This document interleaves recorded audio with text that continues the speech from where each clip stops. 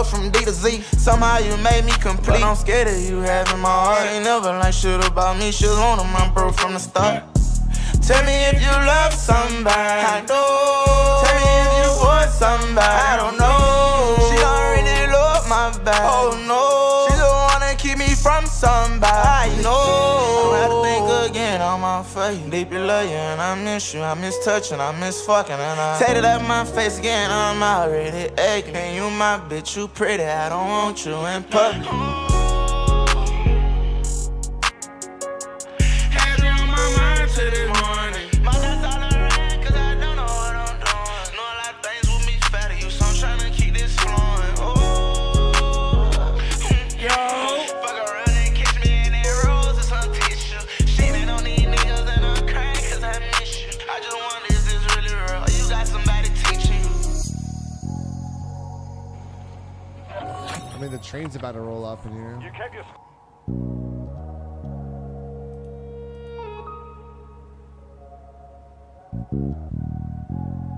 What's up with it, chat?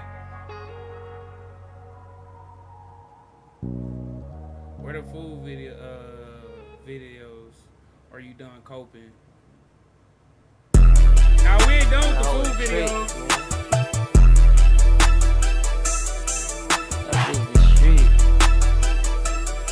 We got them body cam videos. Can't be fucked with, boy.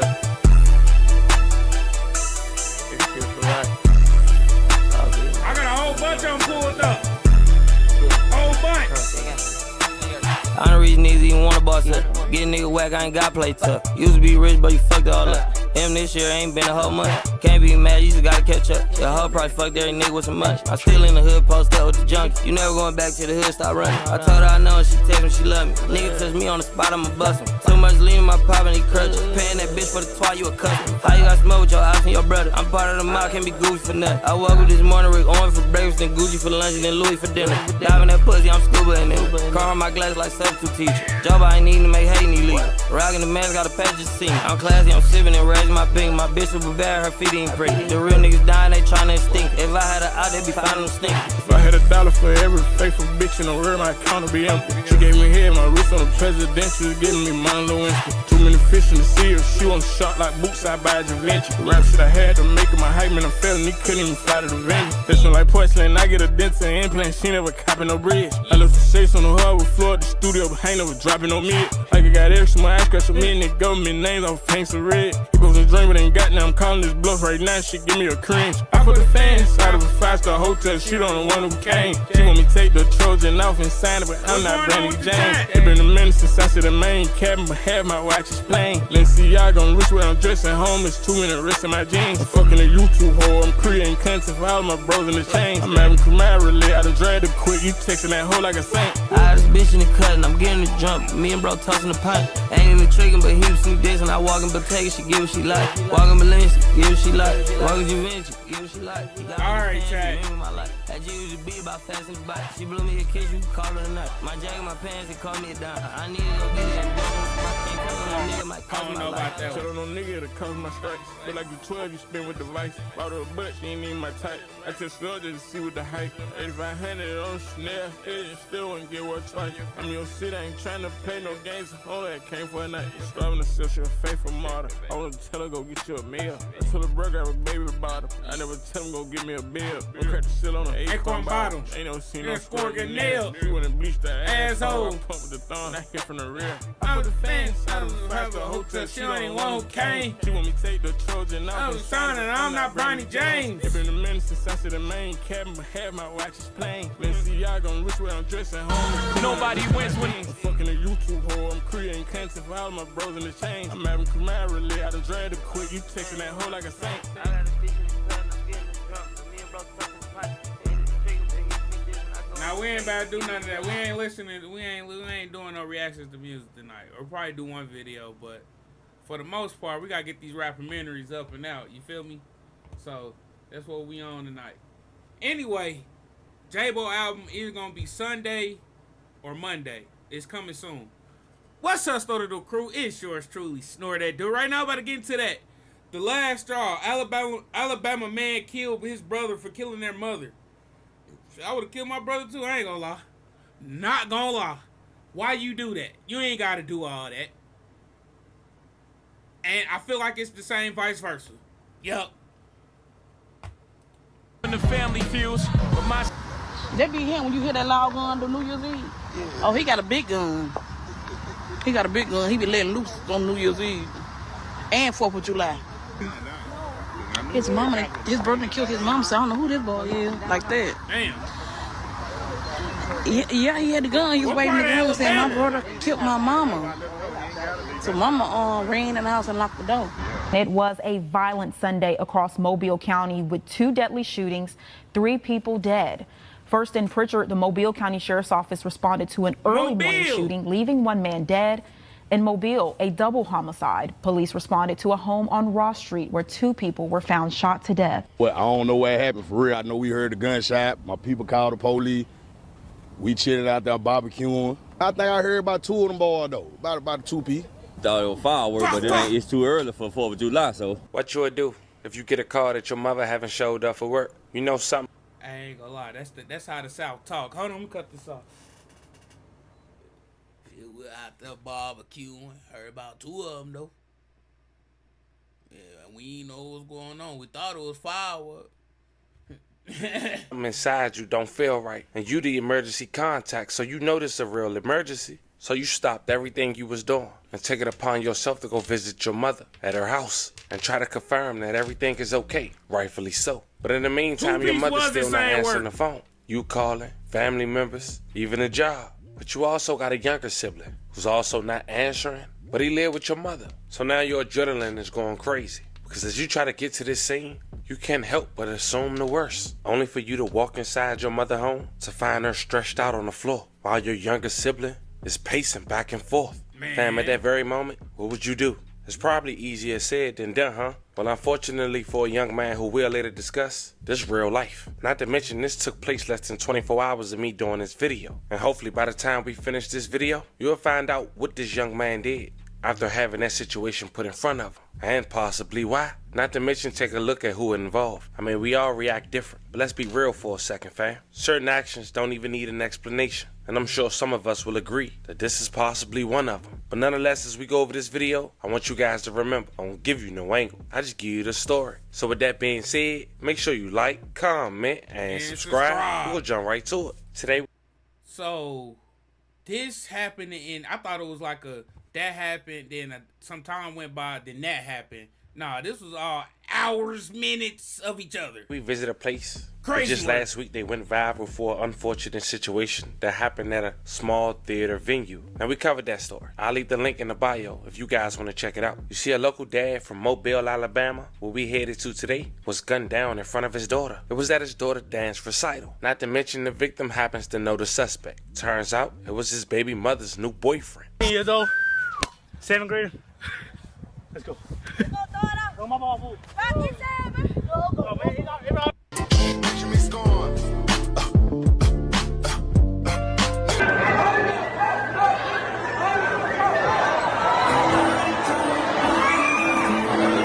Fall to Marcus Sanders, and that's why he's being charged with capital murder.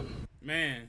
New at 5, a major development in a story we've been covering since Sunday. The man accused in the deadly Sanger Theater shooting now charged with capital murder. The Mobile second victim. DA Blackwood says the newly filed capital murder charge applies because the shooting happened in front of Williams' child. The fact that it happened during a dance recital makes it all the worse, he says. Crews caught up with a witness who says her son told her to get down. We heard a shoe, and my son said, "Mama, get down on the floor."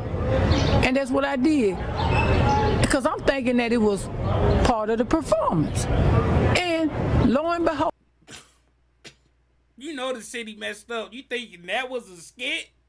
Right. Oh, when my son told me, he said, "Get down on the floor, Mama," and I got down on the floor. Fast forward 6 days later. I'm kind of perturbed at that fact. She thought it was a skit. What? Mobile. We'll know to never go there. I'm just saying. Sunday, June 8th, 2000. What's there anyway?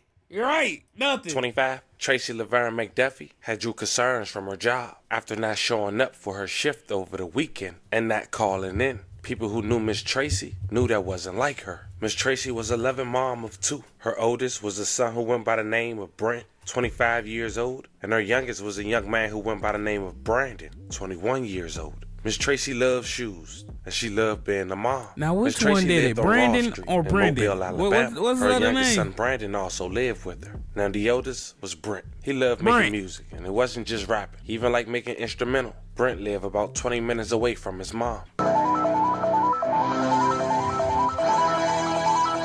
Sunday, June 8th, 2025, before pulling up to his mom's house, Brent stopped at a local gas station and talked to a childhood friend and discussed their music aspirations. But an hour later, Brent didn't realize that his worst dreams would come true. At around 12:43 p.m., on the 2100 block of Raw Street, Brent would come inside his mom's home that was passed down to his mother by his grandmother by a woman named Miss Anna Mae, who was the neighborhood candy lady. And in that very same house that he grew up in, his mom was laying lifeless while on the floor, when suddenly Brent would get into a shootout with his brother after realizing he was the perpetrator who pulled the trigger on their mother. Now at this moment, it's not clear who allegedly pulled the first shot, but it was clear that shortly after Brent had ran outside and yelled to the neighbors that his brother had killed his mom. The neighbors heard gunshots, some ran inside their homes, some pulled up chairs, and some started to record. The one that did it, they say he ain't the one that. I ain't gonna lie, bro. Man, y'all talking about this nigga teeth. Fuck his teeth. That's not even part of the story. The story is Miss. What can she do to him to make him that mad? It's your mama for all sake. Like, yeah, she might say or do some things that irritate you, but be the bigger man. Leave. That's the problem. Right there. Nigga ain't had nowhere else to go but mama house. This is sad. This is sad for real. Going to hell, he already did. His brother took care of that. And look though, I'm on Brent's side. I'm on Brent's side. You came in, you patient. Yeah, nigga, you did this. Fuck. I can't believe this is an actual story.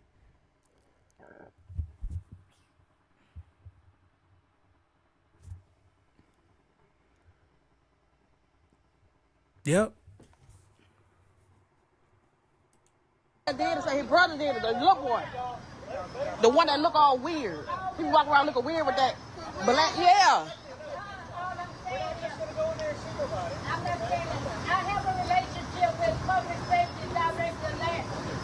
We don't care, lady.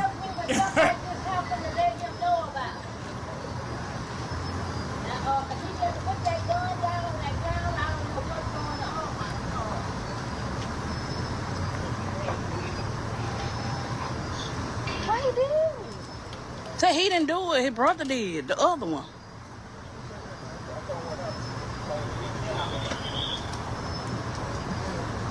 Now that be messed up, he get charged with both murders. It's the weird looking one. It's the weird one. He in that house, so he just shot his mom, killed his mama here in the house. Anywhere, he probably was slow.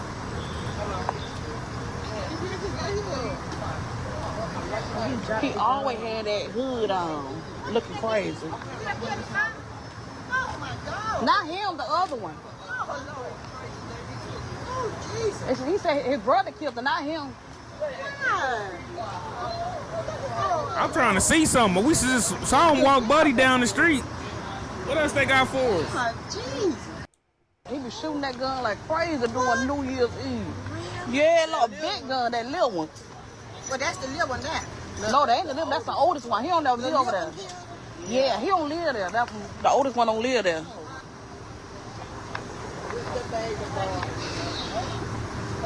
Well, y'all heard the shot? No, she won't. That he don't even live there. Okay, we got that part. I'm like that, so you know my mama got scared and ran in the house. Let me see. I hope he ain't in the house dead. And for y'all, for the record, this is all street gossip. This how the word go around in the street. They telling multiple lies. It's like 75% lies. You know, 25% bullshit. Nah, 20% bullshit, 5% truth. The truth be the little shit like, he the oldest. He don't live there. The rest, they making that shit up as they go. This is gossip. This how the word go around the street for real. Oh, the big dude with the gray truck.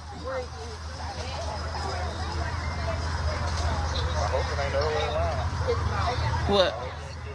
They were just in Biloxi yesterday. Yeah. Who is Kawana? Who the little brother is? He real weird. He short-lived, always have one on a black hoodie, even when it's hot, real hot. He got a black hoodie walking around. He wear a black hoodie. And anytime he walk with that black hoodie, he take that hood off when he get on that porch, take that hood off and put that gun off. Yep, every day. He may be is a little weird, man. Or was he weird because he ain't talk to y'all?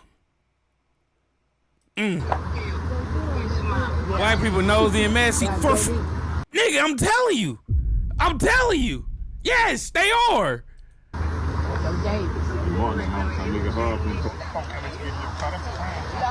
Who trying to get him out? Oh no, yeah. They ain't going for that. Okay. They ain't going for that now. They said, I guess after he killed his mama. But black people are universal though. Like I'm fully not coherent, but comprehending the situation. Like black people is universal, and it's crazy to me. We from all these different parts of walks of life and areas and regions, but still the same old shit. Brother, we had a shootout. Yeah. King, you can't hear me? Hello.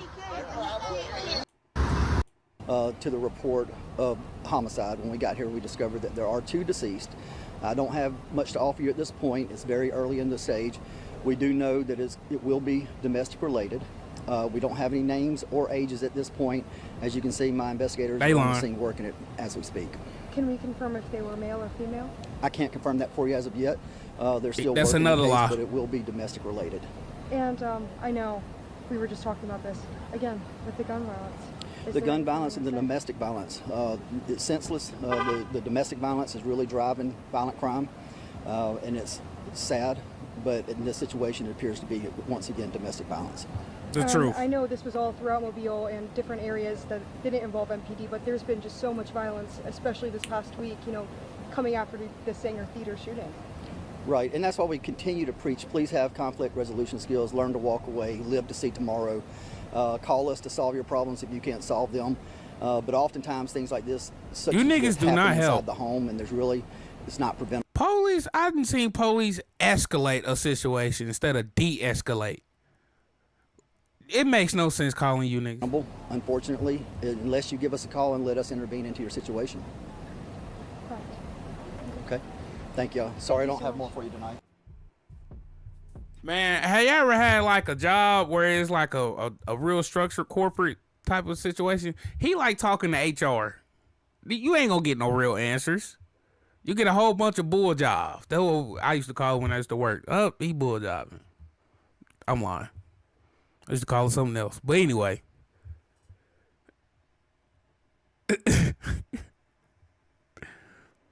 That's what he sound like.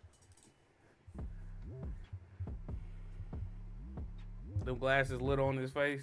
He got the Harry Potter motherfucker. He got the Harry Potter That's motherfucker. long. I didn't want to drag it out. And before we continue, Miss Tracy, I want to say rest in peace. A love and condolences to your family. Now, fam, we may not never truly know the motive, but nonetheless, do it matter? A young man decided to take his own mother's life. Nothing can justify that. And then the brother, the older brother, he allegedly had took matters in his own hands. Did it cause this life? I pray it didn't. But I want to ask you this, as we said at the very beginning, if you was in that older brother's shoe, what would you do? Let me know in the comments. Don't forget to like and subscribe. The same. Anyway, very unfortunate situation happened down in Mobile, Alabama. I just can't even put myself in that situation and think from that perspective. Lord knows how I would react in that type of situation, but it's just like a sad story to see in here. And to have the whole block all up in your business, makes it even worse. It's like the little cherry on top. Let me know how y'all feel about this video down in the comment section down below. Other than that, though, it's your boy Snore. I'm gone.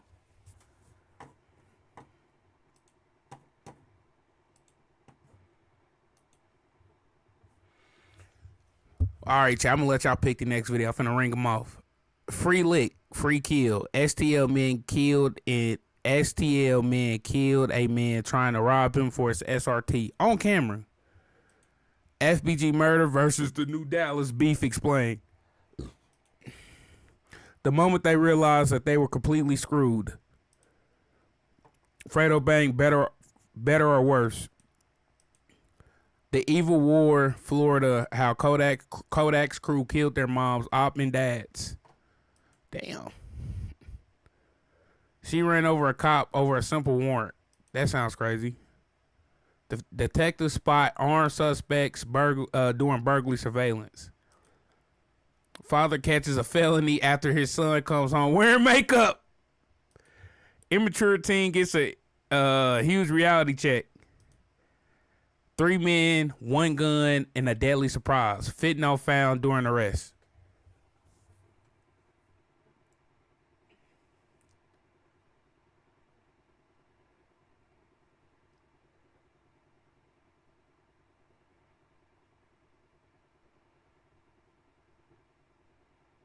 Some of them clickbait though. I honestly do not know. Son wear makeup.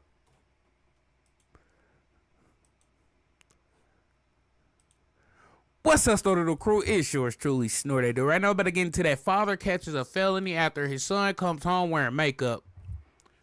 Switch it down, nephew. I would have did the same shit. Makeup. All right. That what you on? But you on that side of the field, though? That's like a double whammy, double negative. Like, all right. The fuck? This shit crazy. I would have broken his arm. I would have broken his arm, man. On If I would have hit that dude, man, I would have broken his arm. I would have broken his arm, man. On February 7th, 2022, a student I can't say too much. It's TOS time. His father. The investigation revealed that on February 4th, the father confronted his son about wearing makeup, leading to a physical altercation. The child reported being slapped, restrained, and pushed to the ground, leaving him with visible injuries. He ain't doing enough. The mother later picked the child up from school and was questioned about the incident. My senior and junior got into it. They didn't get into it. He know why. Yeah, and I told them why. Yeah, he told us why. He told us why. Lamar Jr. know he don't got no business doing what he's trying to do. And we not gonna have that. When he get out of my house, when he get 18, and he wanna move out, he make his own decisions. He for sure getting kicked out at 18, or probably before. Something like that is like rules for expulsion, nigga, of the house. Eviction. There we go. Cause I got an 8-year-old. That's not happening. Right. Well, can you elaborate for us? Cause is it like what was it over? You didn't tell him. I told him. He said you were there. That's why we're wanting to talk to you. He came home 2 days straight with makeup on. Okay. Yes, ma'am. And we're not having that. Yes, ma'am. And we had already talked to him the first time. Damn. When he came on the first day with it on. Mm-hmm. And really I was supposed to come in and let... Oh, so he played with it. He played with it. All right, he did it the first time. All right, come on now. You can't be doing that now, gang. You can't be doing that. He got one of them. Little warning talk. He did it consecutively.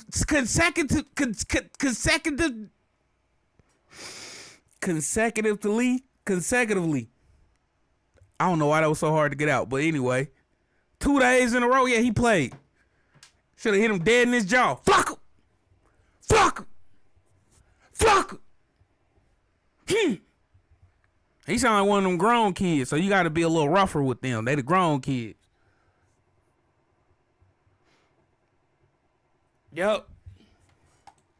The fire office know, but I don't know if they could do that. I don't hang around the girls. Yes, ma'am. But I didn't come in because I didn't know, this is high school. I don't know how far they go with the students. If they'll acknowledge that for me, keeping him from around the girls. That's something that... Yeah, that's totally with them. We don't, yeah, that's what I told his dad. That they probably won't, that's the reason I didn't even come in. Mm-hmm. That first day he came home with it, it was that Wednesday. I was supposed to come in that Thursday.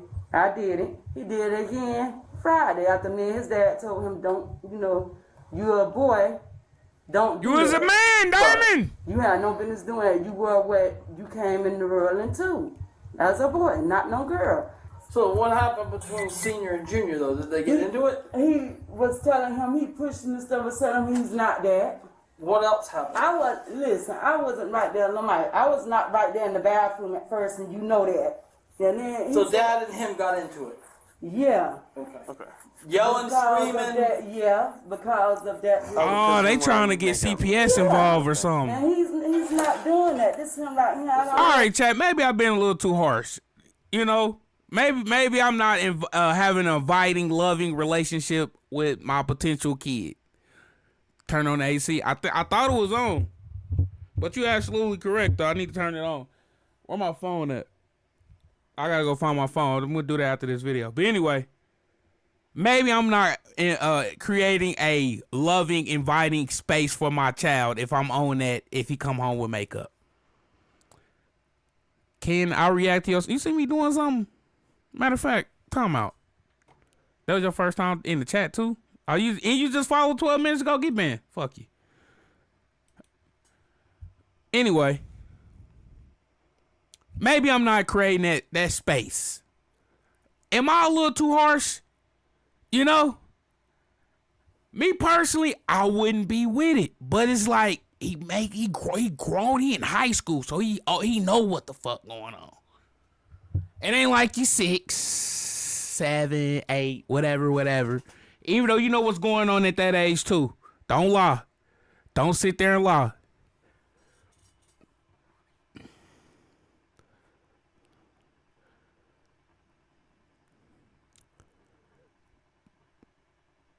Yeah.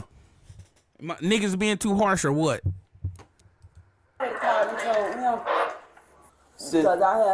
Did it get to a point where it became physical, or?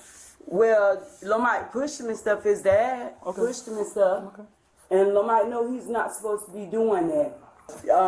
So from what we're understanding is that it was a little bit more than just pushing. I mean, listen, I'm not trying, Miss LaRonda. I've known you a long time, and I've known you even longer.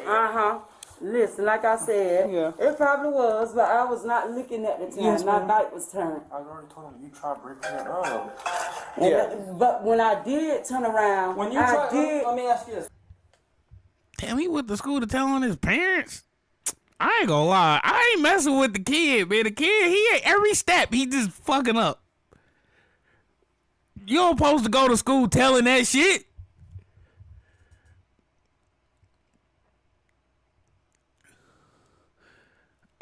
No, but I mean, like, friends really be out here in they friends' head, hyping them up, telling they old enough to do what they want, but still under their parents' roof. Yeah, he over tattletelling and shit. Tattletelling and shit. Fuck. I feel like I'm messed up. The drill music messing on my head. Maybe I should be more nicer.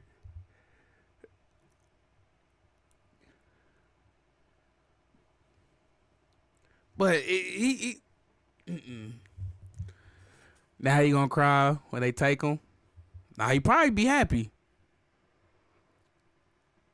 You probably be happier. Never mind, I can't say that. I can't say that.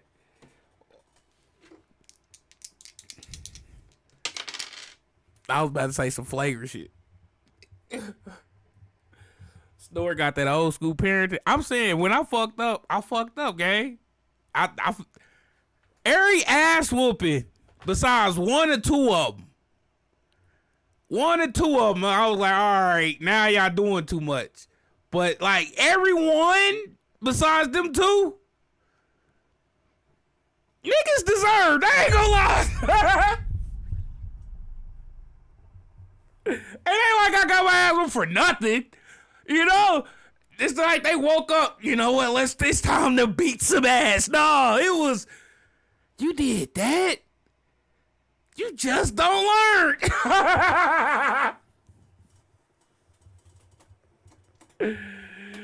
Oh, let it fly. No, I can't let that one fly. That was really TOS right there. I can't say that.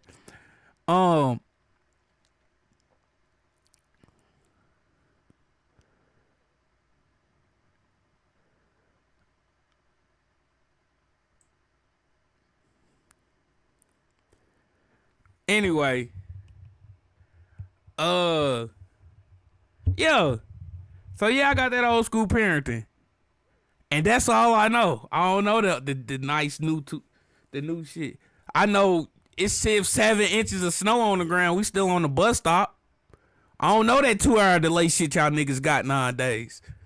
Y'all want to keep calling me Unc? Let me get on my Unc shit then. Like y'all want to keep calling me Unc?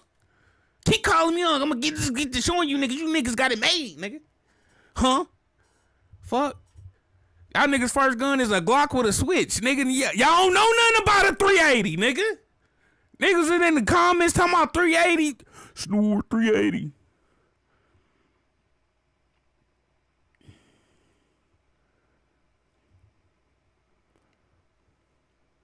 No, see what I'm saying? Before you answer that, when you tried to break it up, did Lomax Sr. push you out of the way? He said, nah, LaRonda. And that's what I'm saying, so he got you out of the way. He didn't push me. He said, nah, LaRonda. Kind of gave you the... Yeah, and I said no. Mike Jr. ain't got no business coming telling them nothing, number one. Number two, he's not going to be there because I got an 8-year-old in the house. Lauren, let me stop you just for a second. Hold on, Lamike, it's on speaker, hold on. He does have a right to, if he felt that he was harmed, hurt, or endangered, to tell an adult. Well, we can agree on that. Okay. Yeah, he went to a trusted adult that he trusted. Hold on, Lamike, it's on speaker. He went to a trusted adult who he trusted, and he told this adult. Now, under Florida law, that ain't the way it went. Hold on, let me finish, baby. I know, Mama. Under Florida law, if a student divulges any type of violence, anything, a teacher is required.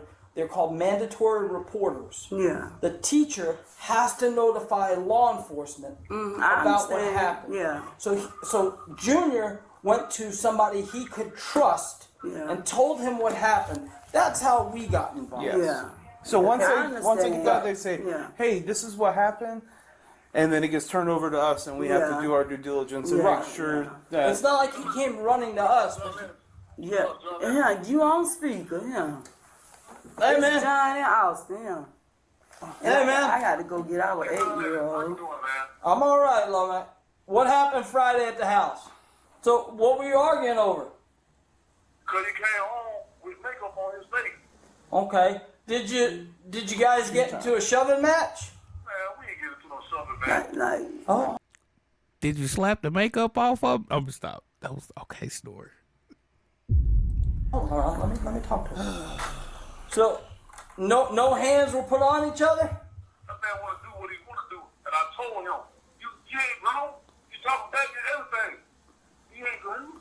But no matter what, if you're a child, you're not supposed to mouth back out at your kids. I mean, at your parents. You don't listen. You're supposed to listen to us till you get old enough to the point where you can do stuff what you want to do on your own. And I have an 8-year-old, and none of that is going on in my house. Yes, ma'am. She'll call you back in a minute. So that's why we called in here. We're just trying to figure out what's going on. Because you know what they say, right? They got what he said, what she said, and then And somewhere in the middle, there's got to be some truth to it. At any point did Lomax Jr. show you his lip? He did say, yep, his lip. Okay. Yeah. See where we go? I'm not. Uh-huh. He did, yeah. It kind of put, you know what I'm saying? Yeah. It kind of puts us in a spot. Man, I ain't gonna lie, they ain't make it. I'm trying to be on the parent side a little bit, but y'all busted this nigga lip. God damn. God, a lip busted. God. Jeez, Louise.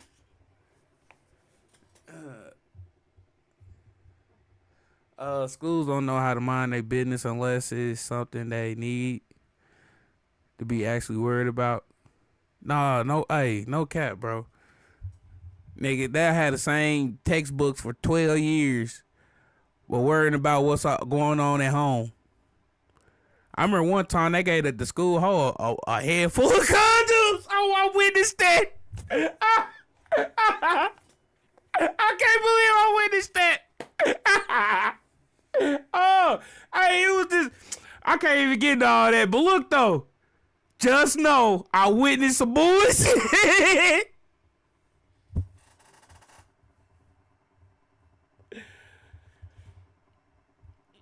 Oh. So, like, why would y'all do that? Would it be safe to say that when your back was turned, or you weren't paying it, or you were maybe messing with the 8-year-old, I don't know, that there could be a possibility that a smack or a punch could have happened to his lip? I don't even know, because I didn't even hear After it. he showed it to like you. one of these. Oh, yeah. After he showed me, yeah. Right. Like what it is. He couldn't do that himself that quick. If he did, right?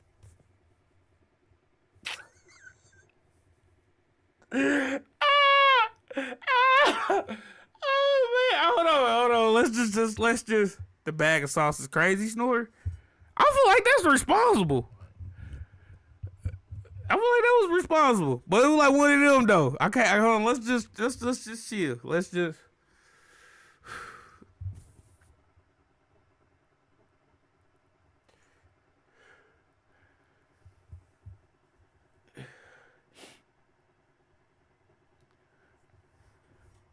Just go to the kitchen.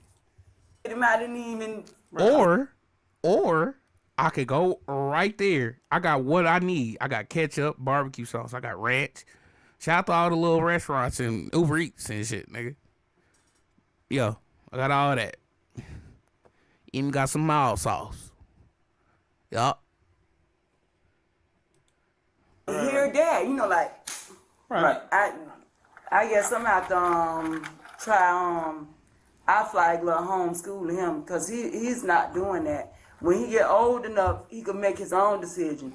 If he chooses to do that, that's your choice. That's not. I'm just saying. I'm just saying, working here in the schools for a while, that's probably going to be low. And that's on why the I didn't come priority in this morning, because I said it myself. Yeah, I mean, that y'all got too much going on, and probably ain't gonna be focused on that. Yeah, dude in the chat, wild. Okay, I gotta grab Lamar Jr. He might. You let us know, okay? All right. Even if you just want to shoot the shit, man. You know what I'm saying? You know where my office is, right? Behind the school store. Look, they trying to be his friend and shit now. Yeah, we might get out. Yeah. He get y'all a call. Thanks, Mama. Thanks, y'all. We appreciate you. They trying to be his friend and shit now. I don't like that. The deputies gathered enough evidence to warrant charges against the man and proceeded to his home to make the arrest.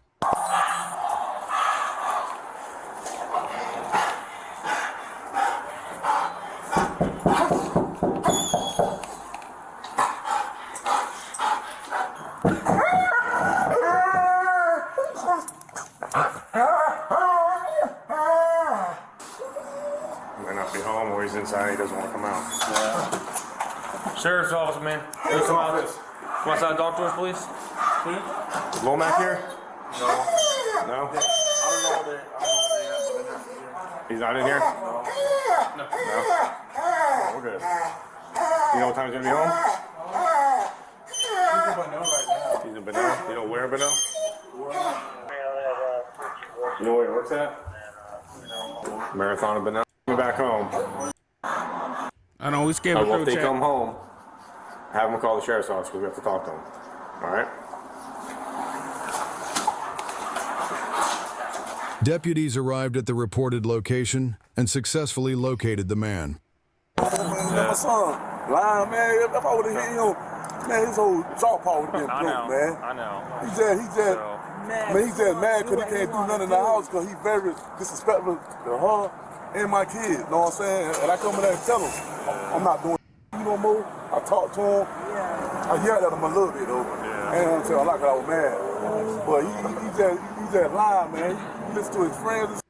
He's lying, man. We don't know exactly what I believe him a little bit. We don't even know who. I believe he hit that boy too. Girlfriend. Landon Austin. This is and mama. they told me to call. Okay. Yeah. All right. So I'm the that's one who called for y'all, so he could talk. Okay. But if I would have hit that dude, man, I would have broken his off. I would have broken his jaw, man. But like I said, you know, it's not our investigation. We were just asked to come and speak with you, okay? We do have a charging affidavit for you, all right? That's from tuning, from his investigation, all right, man? So you do have to come with us for that. So I got a warrant? Warrant? No, it's a charging affidavit.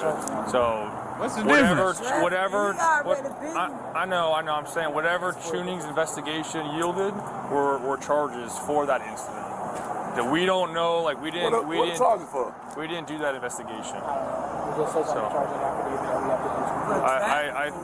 Not trafficking, no. I believe it was child abuse and domestic battery. So, like I said, that's totally not like our investigation. We don't know. If you want to do a sworn statement on your own behalf, you can do that. You know. So. What would not help me? What would not get me in jail? And then they just going by what he said. Again, it's not. We didn't speak to anybody involved. We were just asked to come locate you. You know what I'm saying? I got a bond. Yeah, because we just called. On the DV by strangulation, I don't think there's a bond for tonight. Damn. Man, hey, look. I had to beat my son ass. I ain't lying. I have to really like beat your ass. Nah. This nigga got a no bond? Ooh, as soon as I touch the streets, you my.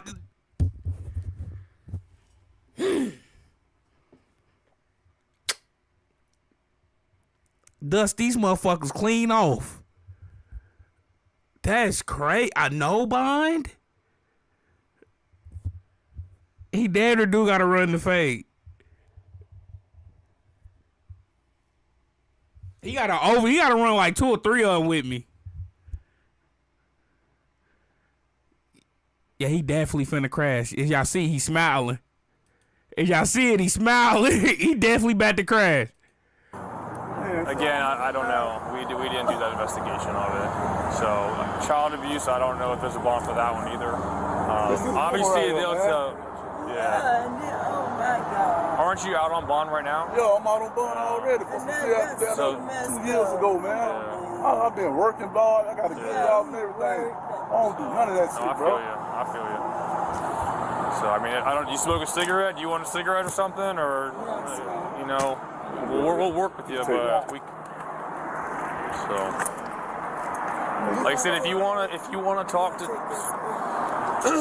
If you want to talk to tuning, either not right now, obviously, but daytime hours or via cell phone, phone from the jail or whatnot, and give him your side. He said, I don't know. He said he tried to call you, I guess, and it didn't. It did.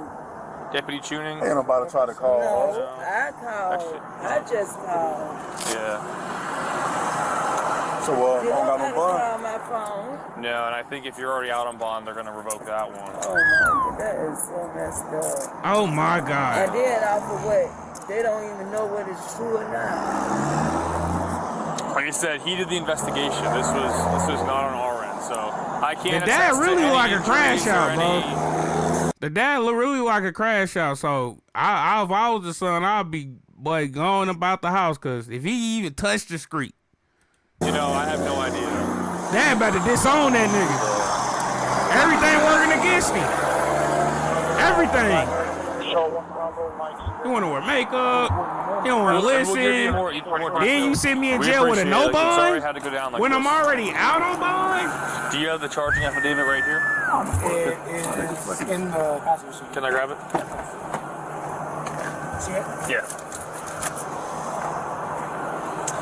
All right, Alpha 215. So, battery by strangulation and child abuse without great bodily harm. All right. The man was charged with child abuse and felony battery by strangulation. A no-contact order was issued the day after the incident. He pleaded not guilty to the charges, but was later sentenced to 1 year in jail on unrelated offenses.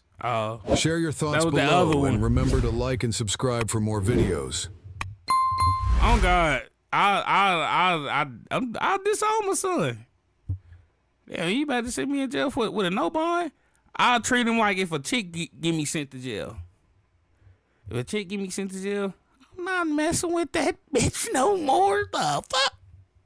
The fuck? Not messing with that bitch no more. That bitch is cooked. She's overdone. I'm gone. Hell, Florida Jits, who you talking about, bro? Anyway, let me know how y'all feel about this video down in the comment section. Other than that, though, it's your boy Snore. I'm gone.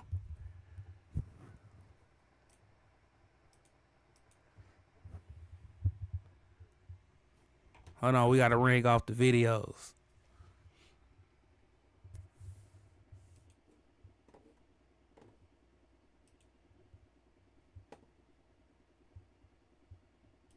You talking about this one?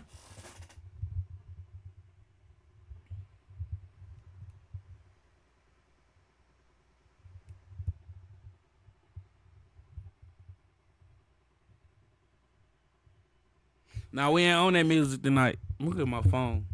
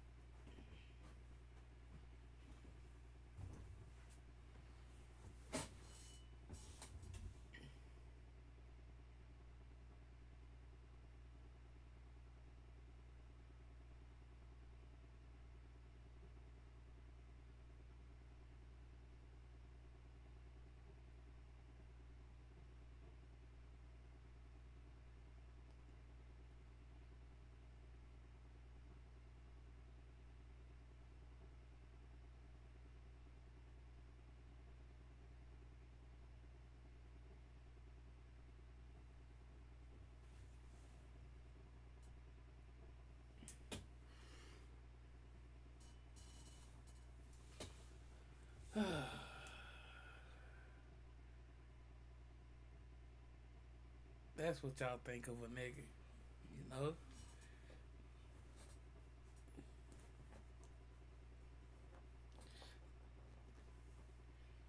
Nice to see y'all true colors.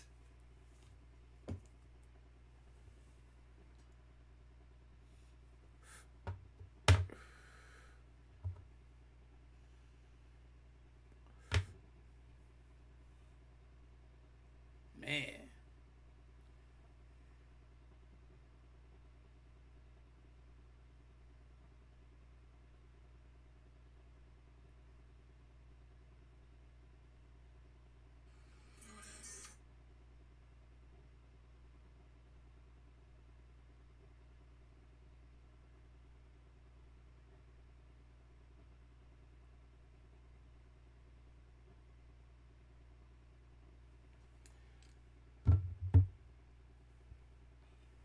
Nice to see y'all true colors. We got the. I hadn't did all that on my phone. Didn't even touch the AC.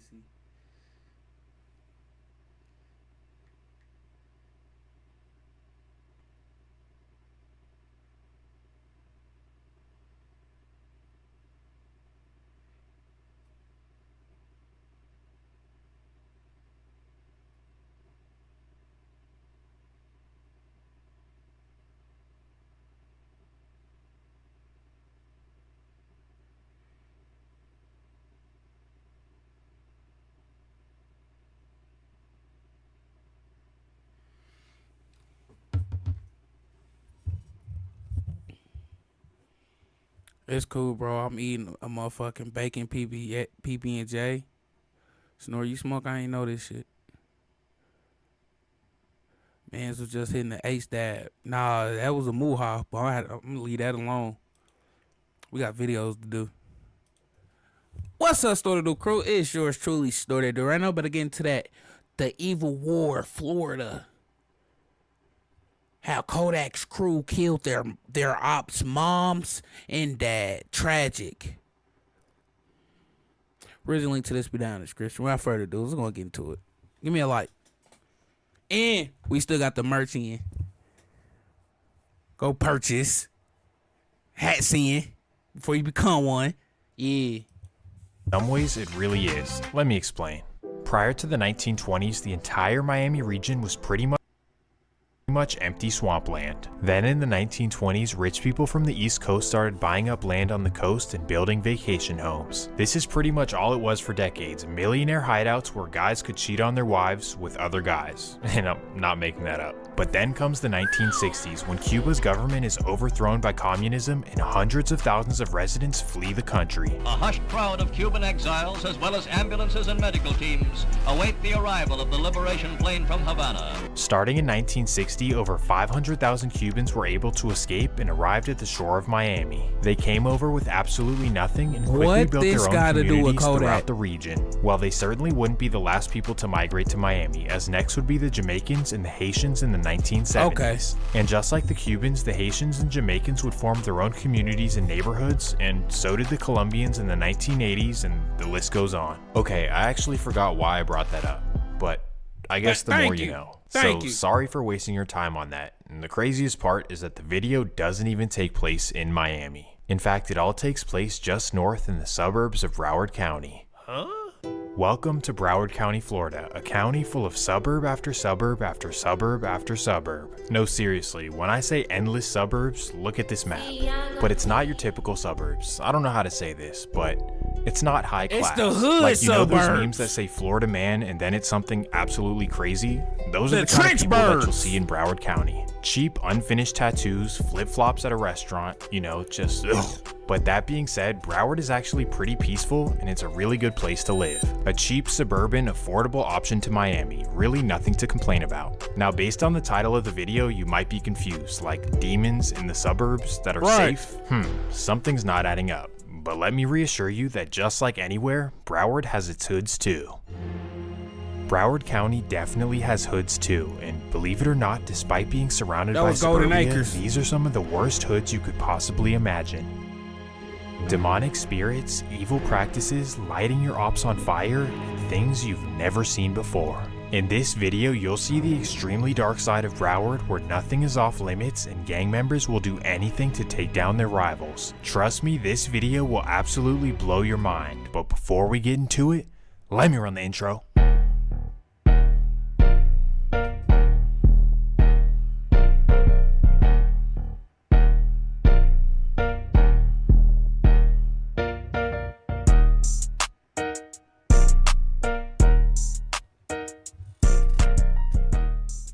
The story begins in the small city of Dania Beach, Florida. It's a small middle-class city right there of by Fort 31,000 Lauderdale. people, and like 75% of it is the Fort Lauderdale airport. I kid you not. The city pretty much revolves around the airport, both literally and...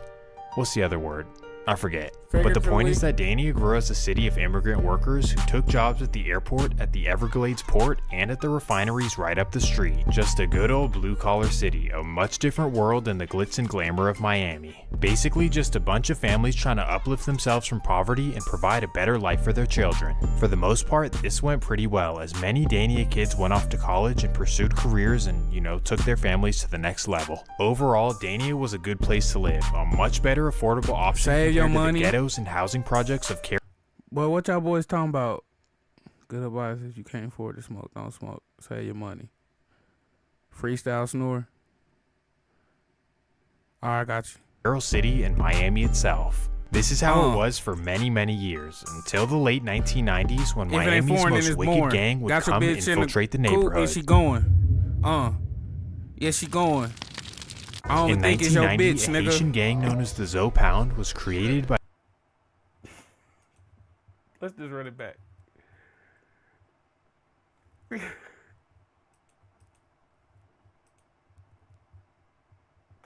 Haitian gang known as the Zoe Pound was created by Ali Adam, also known as Zoe. Zoe was born and raised in Haiti's most violent slums and was able to escape and come to Miami in the 1980s. But unlike his peers, Zoe did not come to Miami for a better life. In fact, he was there with nothing but bad intentions on his mind.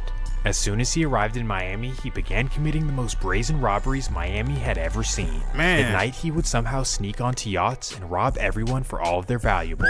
For a short while, he did this alone, but then once he built up his crew, the robberies got bigger and bigger. They began hijacking major container ships, robbing everything on board, and killing anyone that saw them do it. Basically, from here, he turned his robbery crew into a gang and started expanding by recruiting new members from Haitian descent. Niggas gotta make money somehow, I guess. That nigga said rob whole shipping containers. The Zoe Pound started taking over neighborhoods one block at a time by threatening families and basically making everyone so scared of them that they'd never tell on them. Because of this, the gang spread like a wildfire throughout the Miami streets, taking over drug territories and racking in millions of dollars. Long story short, they became the most feared gang that Miami had ever seen, so much so that Miami police refused to try and arrest them and would rather call the FBI to go and handle it. Well, after taking over most of Miami, it was only a matter of time before they expanded up to Broward County. Sadly, in 1999, they arrived in Dania Beach. In particular, they targeted a neighborhood right below the airport, and they did this for two reasons. Number one is the proximity to the port, meaning that they had easy access to shipments to rob. Makes sense. And secondly, because the neighborhood had a large Haitian population. So unfortunately, Zoe Pound took over the hood with ease, and many youths were corrupted into vicious gang life. This was bad news for the community, as illegal money flooded the streets, Zoe Pound members were posting up on corners, and violent crime rates started to appear. The bottom line is that the neighborhood turned into a Zoe Pound powerhouse and things would start to get ugly. Well, coincidentally, trust me, during this this gonna time, make sense many here in a families from minute. the Deep South started to move to Dania for better opportunities, and the sons from two of these families are the main topic of the video, so after all that yapping, here we are. First, we have the Slade family of Dothan, Alabama, and second, we have the Smart family of Jacksonville, Florida. Long story short, both of these families moved to this Dania neighborhood thinking that it was a breath of fresh air and a good environment to raise their kids, obviously. Nah, the Zoe Pound was out little there. did they know, but now let's introduce the kids. Well, first we have Derek Slade, who was raised in a small house on 12th Avenue. And second, we have Cambrel Smart, who was raised in a small apartment on 5th Street. Derek and Cambrel grew up as best friends as they went to school together since day one. And unfortunately, maybe due to their surrounding neighborhood, these two were wild kids, known for getting suspended for fighting, stealing, just pure chaos coming from this duo. Violence. They were simply just causing havoc in the neighborhood for no reason. Now, typically, teenagers like these in this neighborhood would grow up to be Zoe Pound members, but I think because they're not Haitian, neither of these guys joined the crew. Instead, they were just running their own program, trying to run up a bunch of money in the streets. For them, this meant hitting licks and moving weight, even at just 12 years old. In fact, at this age in 2007, this is when Cambrel would be arrested for the first time. I caught my first charge, delivery of at 13, 12 or 13. When I caught the charge, I was playing football. That's when I was playing for Danny Bulldogs. I was walking to practice, and that's when the Raiders jumped out and grabbed me. You feel me? I'm like, what they grab me for? I got football clothes on, you feel me? I'm a jet. So I'm like, what they grab me for? Whole time they got pictures of me serving, you feel me? God damn. Running up the car. Man. It may sound crazy, but Cambrel was moving some serious weight at such a young real age. 07 Because of this, shit. he would get some real time. They got a picture of me now. Hey, boy, they got the whole shit in 4K nowadays. Juvenile Hall. Now, as we know, Juvenile Hall is meant for rehabilitation, but in reality, it's the exact opposite. Because as soon as Cambrel went to Juvenile, he was instantly known for causing havoc again and starting all kinds of shit. And this is how he earned the nickname of Psycho Bob, because, you know, everyone thought that he was psycho. But even though he was in there doing all kinds of fighting, being in Juvenile Hall may have actually saved his life. And even if it didn't save his life, it definitely saved him from doing the unthinkable. Why I say this? Well, because while he was locked away, his best friend Derek was out in the streets doing the wildest things possible. Jumping off that porch for real. It's now the year 2008, and after Psycho Bob's arrest, Derek Slade was left in the streets without his bestie. But just because he no longer had his partner in crime does not mean that his life of crime stopped at all. In fact, it only got worse, and that's because he started hanging with an older homie in the hood. This would be a 17-year-old named Terry Moore, and despite being just 17 years old, he was already known for So unfortunately, an already wild and impressionable Derek now had a horrible influence. They didn't have Sadly, switches in he 08. began Hold touring up. and thinking that it's okay to bust on somebody just because They didn't have switches in 08. We know that for a fact. So how you give them that sound effect? Damn. No way.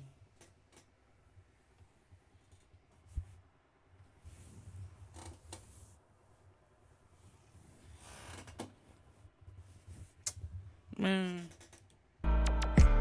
But you get the point.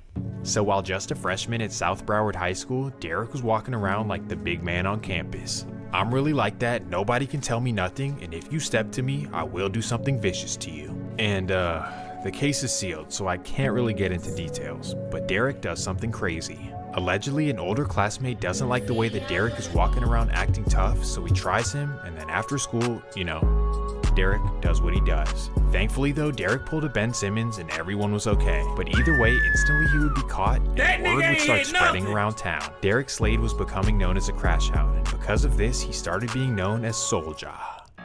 I guess Soulja was let off easy, cause just a year later, he was back roaming the streets. Soulja and Terry running around Broward doing whatever they want. This was bad news, and even though they weren't gang affiliated and didn't have ops, them being out and about was a danger to every community. And that takes us to November 5th, 2009. It's a regular Thursday night in Dania Beach, and a man named Antonio Brown is at his grandma's house on 7th Street. Well, from what the rumors say, Antonio may have done a little business with Soulja and Terry in the past and may have owed them a couple of dollars. But to this point, Antonio thought that they were all cool, like we're all from the same hood just blocks away from each other. But little does he know, Terry and Soulja think they're the mafia and they want to prove a point. So at 8:30 p.m., the dangerous duo meet up and they walk down to Antonio's house.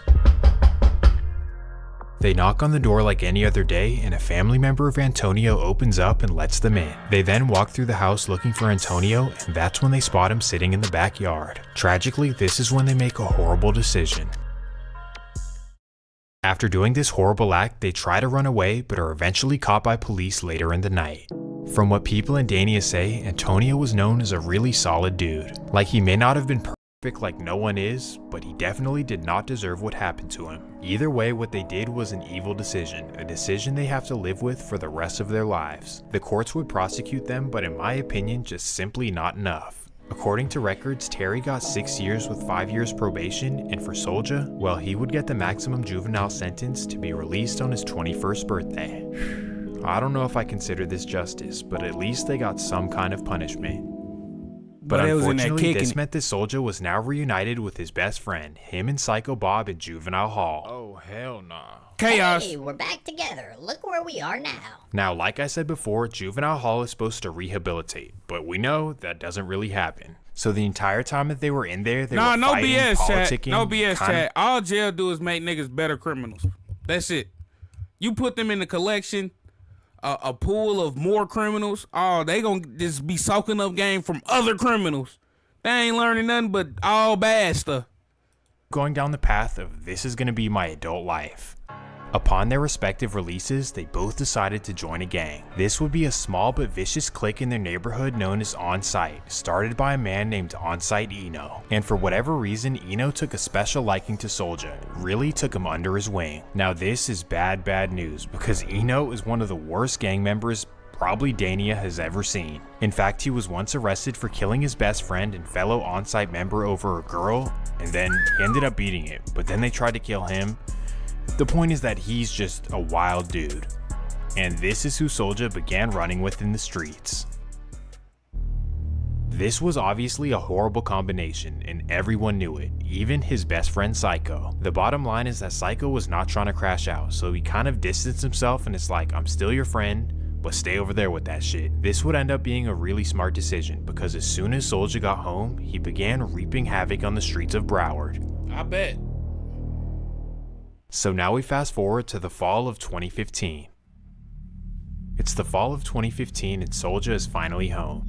And unlike Psycho, who had previously come home on some chill shit, Soulja, he was home tripping.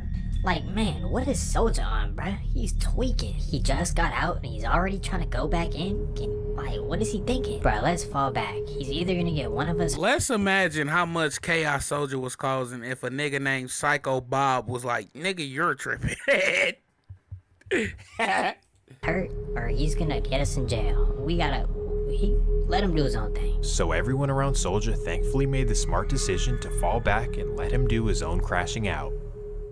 Tragically, Soulja decides to go on one of the deadliest streaks in Florida history for no reason at all. And it would all begin on November 3rd, 2015. It's 4:30 p.m. and Soulja borrows a family member's car, takes off the license plates, and begins roaming around. He drives all around Broward looking for house licks and waiting for the perfect opportunity.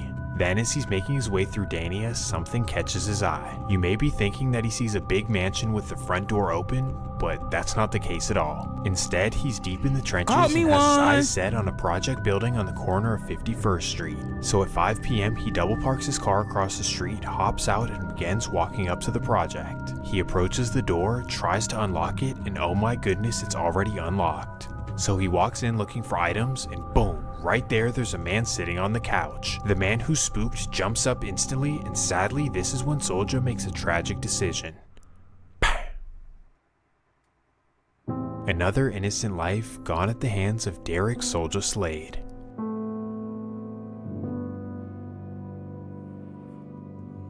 Well, somehow Slade was able to run back to his car and get away from police without being noticed.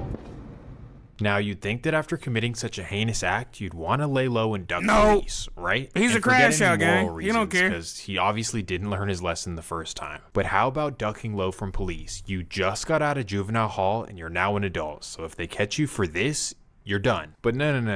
Soulja didn't see it this way. In fact, in a twisted way, he saw it as an opportunity. Like, I failed the first lick, now I gotta go try again and succeed. So just the next day, in the same exact car, Soulja gets right back in the field. November 4th, 2015. It's a typical Friday night in Broward, and a man named Donald Johnston is at home with his friends and family. Boom! That's when somebody kicks down their door and runs inside. So of course, Donald and his friends jump up scared, and sadly, this is when Soulja makes a horrible, tragic decision. He begins unleashing on everyone in the room. After doing this, he quickly runs back to his car and drives away. Thankfully, 4 people would survive after being rushed to the hospital. However, Donald Johnston would lose his life. This was a major loss in Broward, as Donald's father was a Fort Lauderdale police officer and his mom was a Broward County sheriff. This was unbelievably tragic, and police were determined to get justice for the family. However, for the meantime, Soulja actually covered his tracks pretty well, at least well enough to continue being out and committing horrible crimes. Yes, even after this, Soulja would still not change his lifestyle. That fast forwards us exactly 3 weeks, November 25th, 2015. It's the Wednesday night before Thanksgiving, and Derek Slade is not in a thankful mood. Instead, he has plans to do the opposite and to go take something, which actually personifies Thanksgiving more accurately. I shouldn't say that though. Well, this time he stays away from his previous targeted areas and heads up to Hollywood, Florida. In fact, he targets a specific person that he actually knows, somebody that's known for flexing on the gram. A man who I won't name, but after seeing him flex on Instagram, Slade gets an idea to go rob him, and he knows exactly where he lives. So at 9 p.m. he drives over to Hollywood by himself with 2 choppers. At 9:15 he arrives to the 2300 block of Mayo Street and walks up to the targeted house. With 1 chopper tucked on his waist and 1 around his shoulder, he kicks down the door and jumps in the house. After making it through the house, he realizes that nobody's home, so he opens up a bag and begins filling up items. However, he's not exactly finding what he was looking for. He really wants the expensive items that he saw on Instagram. So he then scuffles through the man's closet and finally he finds the watches. These watches are obviously faker than a white Jamaican, but whatever. The bottom line is that he grabs the watches, but little does he know this is all that matters right now. He sees that his front door is kicked down, so he instantly runs inside looking to see what's going on. That's when he runs into Soulja in his room, and sadly, Soulja makes a tragic decision. Now again, after committing such a heinous act, you'd think that Soulja would want to lay low and stay off the net. But nope, instead he posts a picture on Instagram of the watches that he just stole. Man, what the hell? At this point, he pretty much wants to go to jail for life, but thankfully, Broward County would... Well, not thankfully, but thankfully for him, Broward County police would not figure anything out, at least for the meantime. So sadly, Soulja was still on the streets living his wild old lifestyle. He committed 3 senseless murders in a month and still didn't even think to slow down. This guy is easily one of the worst people I've ever covered, but for the meantime, let's focus back on Psycho. Bye bye Soulja and hello Psycho, cause the rest of the video will be focused on you. It's now the year 2016 and Psycho Bob is now 21 years old. And while his best friend has been crashing out bad, he's been in the hood hustling and hanging out with the homies. So not exactly the perfect path, but at least he's not being violent. However, within the next year, a war would start brewing in Broward, with multiple hoods beefing with multiple hoods. Literally so much beef and so many bodies that I could make like 7 separate videos on this. But to keep this story simple, I'm going to introduce what caused the beef and then basically keep it centered on Psycho Bob, because he is a very important part. So now let's start with the beginning of the beef in Broward. Everything began in the small city of Hollywood, Florida, but more specifically a hood known as Zone 10. Zone 10 is a newer small hood. I'm reading the chat. That nigga said he was Lil Jeff before Lil Jeff. Oh, well, I ain't gonna lie. 3 bodies in 3 weeks in 08? 08? It's like 10 today. Nah, that wasn't 08. It was 15. And 15? Yeah, that's like 10 today. You damn near right. Don't watch this fake too. I don't know, that Gucci one looked kind of real. Gucci ain't never made that watch. That's what you saying?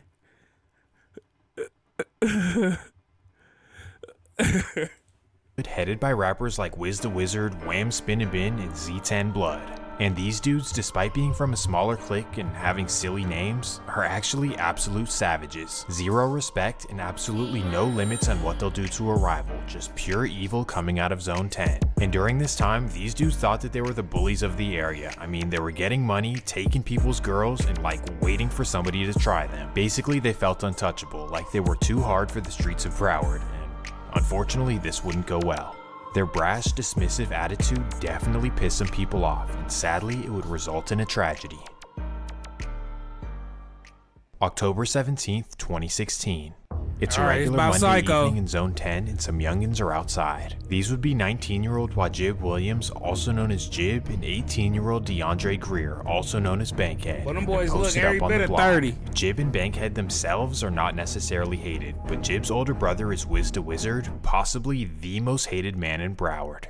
So unfortunately, because some people hate his brother, Jib himself is a target by association. Well, as he and Bankhead are posted up on the block, they have no clue that some angry rivals are spinning looking to send a message. At 8 p.m., a man in a tinted Dodge Charger is spinning around looking for Wiz the Wizard himself. He circles around the hood multiple times, but he doesn't see anyone outside. But then as he turns onto the 700 block of 7th Avenue, he spots Jib and Bankhead posted up in front of their projects. He spots Jib and instantly recognizes him as Wiz's younger brother, so instantly he stops the car. Oh, caught him one! Tragically, the man starts dumping on the duo. Now what does it got to do with Psycho? Thankfully, Bankhead would survive after surgery, but either way, the loss of Jib was a major blow. Zone 10 saw this as a declaration of war, and none more than Wiz the Wizard. You smoked my little brother because you don't like me? Nah, bruh. F everything. No more talking. Let's just go to war. But wait, there is actually some talking. Cause as soon as police visited Bankhead in the hospital, he began telling them everything that they wanted to hear. He identified exactly who popped him and Jib, and he told the police exactly which car they were in. Now before you start calling him whatever you want to call him, just understand the situation. He just lost his best friend and he's recovering in the hospital. You would have told too, I don't care what you say. So yeah, just like that, days later Jib's killer would be arrested. Bye, buddy. But just because Jib's actual killer was arrested did not mean that there wouldn't be revenge. So regardless, all of Zone 10 would suit up and wage war on whoever did this. Now this is how the story finally revolves back to Psycho Bob. He smoked Jib? No. That's what I was about to say.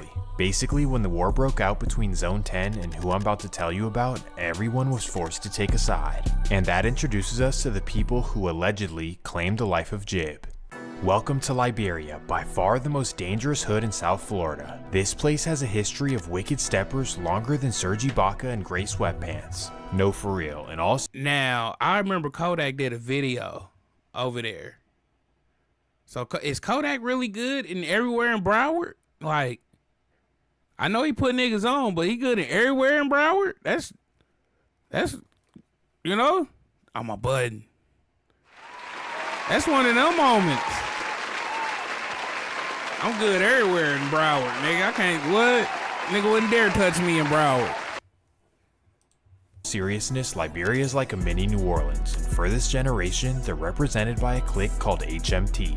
And if you're wondering what that means, it stands for Hit My Target, and that should tell you everything that you need to know. They're represented by the rappers HMT Trey, Liberia Sig, Zelly, and Lil Hatch, and let me just tell you that these guys have no cap in their raps. Well, whether it's true or not, this is the hood that was rumored to be responsible for Jib and Bankhead. Basically, Liberia were the bullies of Broward for many, many years, and then came, Zone 10 thinking they're the and that's why Liberia allegedly targeted them. So just like that, the big bullies go to war, Liberia versus Zone 10.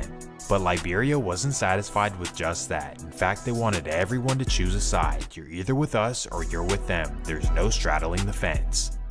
So this is when Psycho Bob and his hood come into the picture. Okay. Psycho's hood is known as the Nightmares, and many of their guys have a close relationship with Zone 10. So basically for Psycho and his hood, clicking up with Zone 10 was a no-brainer, despite Liberia being just right below them. In fact, together Zone 10 and the Nightmares would form an alliance known as MM, more money, more motion, and more murder. Ooh, this was a big deal. So now that you understand the sides, let's dive into the action. It's getting spooky. When the Nightmares decided to click up with Zone 10, Liberia was pissed, and given the fact that they're right next to each other, this was bad news for the Nightmares. So quickly, Psycho Bob would learn about Liberia's savage ways. July 18th, 2017. It's a Tuesday afternoon in Dania, and Psycho Bob is chilling at his neighborhood store with his friend named Brad. He's munching on pork rinds while knocking down a mountain. No, I'm just kidding. I don't know. I was about to say, how you know? But he's outside on the block when a tinted up car slowly rolls by. He's not paying attention, and this is when the car creeps up and rolls down their window. Out of nowhere, shots start flying and Psycho and Brat start running. They disperse into the neighborhood and thankfully both of them are untouched. But either way, this was a message sent and a message received. Liberia was trying to scare them, but little did they know, Psycho ain't scared of shit.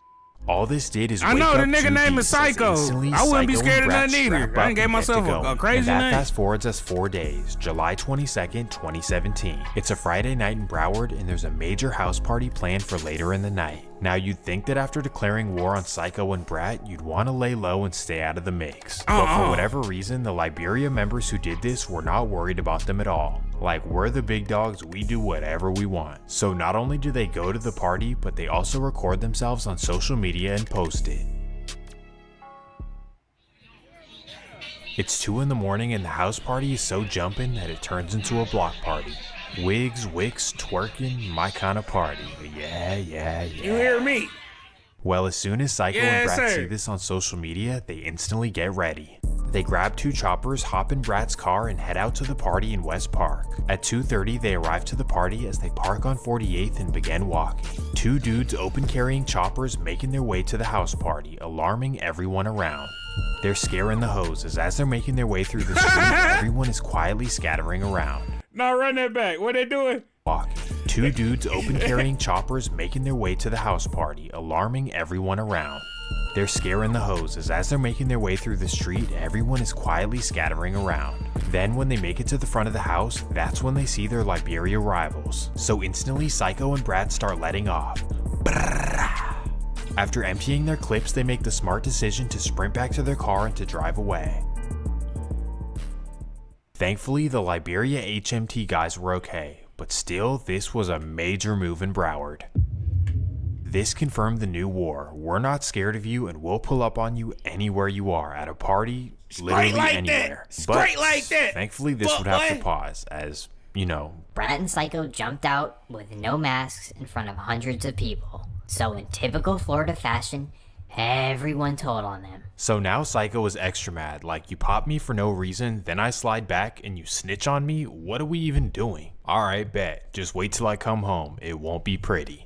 Home? What do you mean come home? He just shot somebody in front of like 30,000 people. But remember that Psycho doesn't have an adult criminal record, so the judge can definitely be lenient and give him a second chance. And this is exactly what happens as Psycho successfully convinces the judge that he'll come home and completely change his life around. So as a result, he's gifted a 5-year sentence with parole after 3. Truly get. Now the judge should have known better. You see all them face tats? That boy ain't changing nothing. He in the streets. That boy's trench made for real. Shame on you, Judge. Getting off easy. So it's now late 2017 and Psycho was sent to prison for 3 years. But actually, when he's in prison, he is given an opportunity to truly change his life forever. How, you might be wondering? Well, a judge sentenced South Florida rapper Kodak Black to 4 years in prison on federal weapons charges. Broward's most famous rapper ever hits the prison yard at the same exact time as Psycho Bob.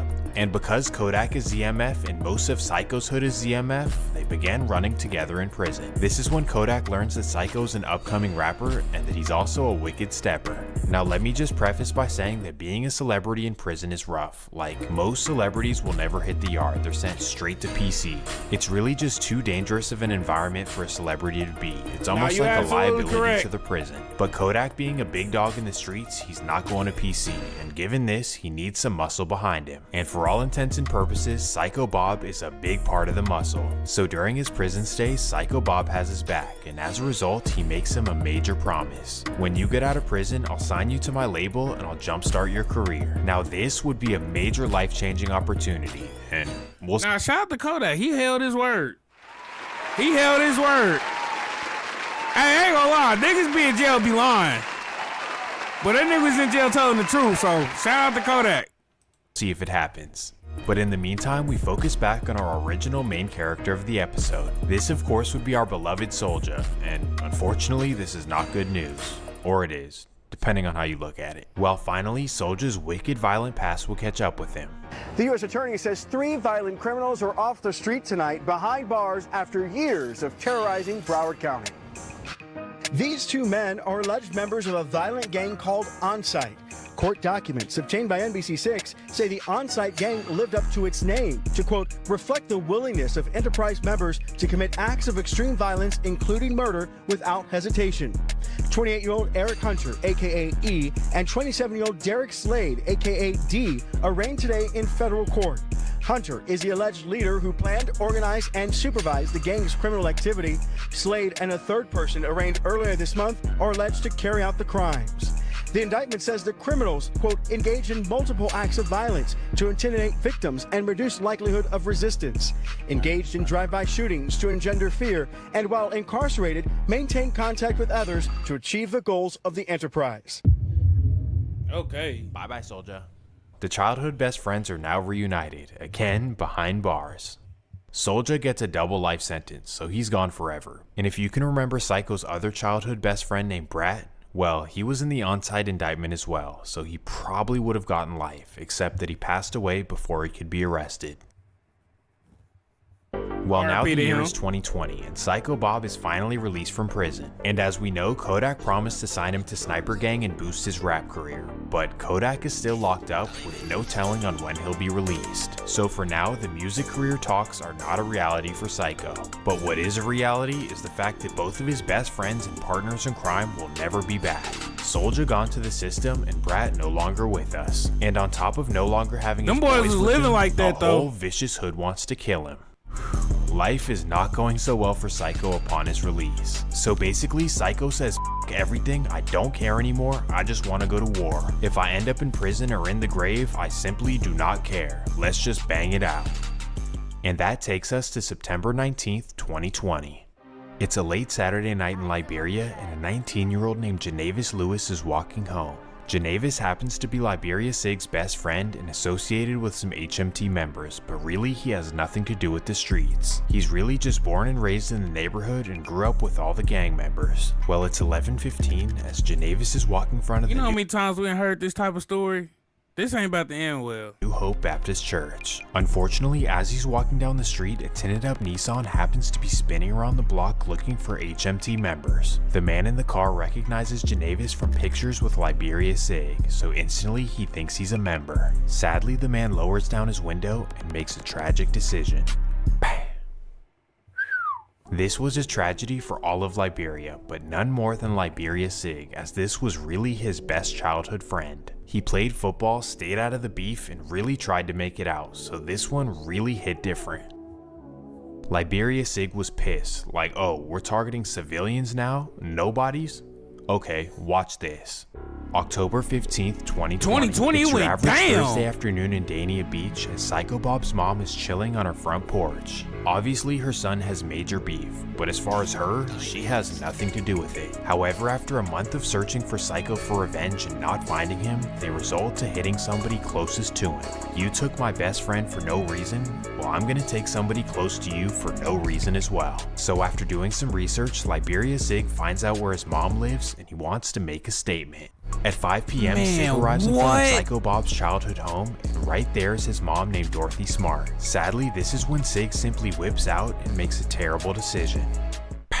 Thankfully, she would be okay after surgery, but my goodness, would this elevate the beef to a whole new level. A level that I have truly never seen before in my 4 years of making videos. Like now after this, absolutely nothing in the beef is off limits. Like if we're targeting moms, that's on God. Who else would be off limits? Ugh. Sadly, Liberia Sig would set a horrible trend going forward in Broward, as, well, you'll see. Now let's think about Psycho Bob. Like, this can crazy. you even imagine? You're trying to kill my mom? What the fuck are we even doing? And on top of all the anger and disgust towards the rivals, you also kind of have to internalize how you could have potentially put your mom in this situation. Because if you weren't in this vicious beef and you weren't targeting people from their side who had nothing to do with it, you could only assume that they wouldn't have done this to your mom. Not to say it excuses it, but I guess it explains it. Well, as you would imagine, this would be the lowest point in Psycho Bob's life. Like, wow, they really did this to my mom. But crazy enough, his life would turn around for the better directly after this. Now we fast forward to January 20th, 2021, when Donald Trump makes a shocking decision in his last day in office. And new this morning, ahead of leaving the White House, President Trump has issued his final list of presidential pardons and commutations. Other notable names on the list include rappers Lil Wayne and Kodak Black. Kodak makes his shocking return home, and now the big question is, does he come through with his promises to Psycho? And the answer... I'm gonna tell you something. Shout out to President Trump. But Kodak, the reason why President Trump got in the office again, like after he pardoned him the first time, niggas was seeing what he did, was like, yeah. So the second go around of voting this nigga in, niggas was like, yeah. Answer is yes, and even more. Not only does he sign Psycho Bob to Sniper Gang, but he also signs his friends Wiz the Wizard and Wham Spin a Bin. Now, most of us watching this are like, wow, this seems like a pretty cool thing to do. But in the streets of Broward, this was not a good decision. Well, actually, it wasn't a bad decision, but what it did was involve Kodak in a war that he had nothing to do with. Unfortunately, the streets of Broward took this as Kodak choosing his side of the war, like, oh, you're with them now? But in reality, it probably wasn't that. He probably was just genuinely helping rappers who helped him out when he was in prison. That was it. Right. But unfortunately, the streets would not see it this way, as this would only amplify the beef even more. And what made it even worse was pure jealousy, because Psycho Bob, Wham, and Wiz, their careers would instantly go up. On top of this, Kodak would release a song called Nightmares as he's walking through Psycho Bob's hood with a mask on. So obviously, with Psycho's hood being known as the Nightmares, the Liberia rivals saw this and were like, oh, you're naming songs after their hood and then walking through their hood in the music video? Sounds like you're taunting and you're definitely choosing a side. So all intentions aside, this is now how it was. Liberia versus Zone 10, the Nightmares, and Sniper Gang. So now with all the elevated careers and fame, I know Liberia ain't got as much motion as Yak. Yak is Florida. Let me tell y'all that. When you say Florida, you think Yak. So I'm no disrespect, Liberia and them HMT. Them boy got motion. For real. Let's focus back on the beef. After Liberia made the bold decision to target Psycho Bob's mom, the entire MM collective were pissed. Pissed enough to seek revenge in the worst way possible. Now we introduce you to HMT Trey's mom, a respected woman named Misty Hopkins. Now, despite her son being knee-deep in the street life, Misty herself has nothing to do with this. Instead, she's actually an entrepreneur who owns a laser removal and waxing company in Miami Gardens. But sadly, because of her son's shenanigans in the streets, well, you'll see. March 29th, 2021. It's an early Monday afternoon and Misty Hopkins is opening her shop for the day. Her employees haven't arrived yet, so it's just her opening up her shop and getting everything together. Alone tidying up the shop while on FaceTime with her best friend. Then as she's sweeping, a random man quietly walks in her store. This would be a man named James Hardwick, who you can actually see in Wiz the Wizard's music video just weeks prior. Well, James walks right up to Misty as she looks up and gets startled. Oh, you scared me. Who are you and what are you here for? And without responding or making a sound, James Hardwick simply whips out and makes a tragic decision. Her friend on the phone hears the boom and instantly she calls 911 for help. So 10 minutes later, police arrive, but sadly, it's far too late. Damn. Here, a deadly shooting in Miami actually Gardens. passed At least away. one person killed here, and no word on any arrests. Let's get right out to Local 10's Syra Onward. She's live on the scene with an update. Syra. So right now I can tell you it's a woman who's the victim of this shooting that happened here at the Clearview Center in Miami Gardens. You can see there are a number of businesses within this complex. So right now it's unclear if this woman was working or visiting. A woman collapses in grief in front of officers after a shooting around 12:30 this at is the crazy. Clearview Center in Miami Gardens. This was the ultimate evil act, as Misty Hopkins was a good woman who had nothing to do with the streets. The community was absolutely devastated, but none more than her son, HMT Trey. To lose your innocent mom to the rivals, I can't even imagine the feeling. But also given that Liberia Sig had targeted Psycho Bob's mom, it's almost like HMT Trey should have known this could happen. Man. It's like you guys targeted his mom and now he goes and gets revenge. It's horrible and unforgivable. And see, that's why that eye for eye shit is gonna keep that shit going forever. Now Trey wanna get some get back too. He wanna dig deeper too. He wanna do all that. Well, as it is, you guys did start this. And because of this logic, everyone believed that Psycho Bob had done this. It only made sense. James Hardwick would eventually be arrested for this, but for the meantime, Psycho Bob was like enemy number one. He did this to HMT Trey's mom. So now the ops want to get him like never before, and that takes us to April 26, 2021. It's a regular Monday afternoon in Fort Lauderdale, and Psycho Bob is rolling through in an underbucket space shuttle. As he's making it up State Road 7, a black BMW X6 and a beige minivan pull alongside both sides of him. He's fully tinted up, slapping music, so he's not paying attention to it as he approaches a red light. This is when the van pulls in front of him and the BMW pulls behind him, completely boxing him in. And before Psycho can maneuver his way out, a man hops out of the BMW. He quickly walks up to Psycho's car and completely airs it out. After emptying a clip, he hops back in his car and both cars split away.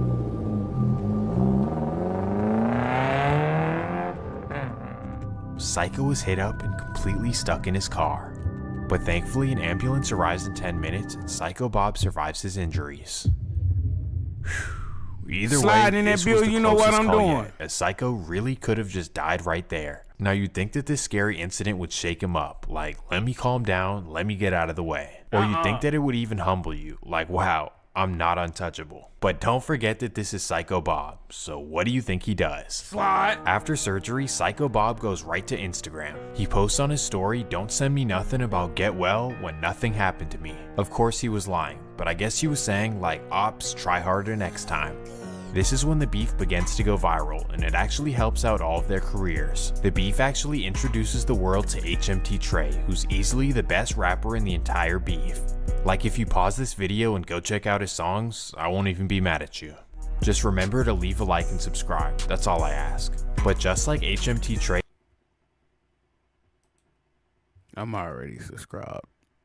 Let's do some research.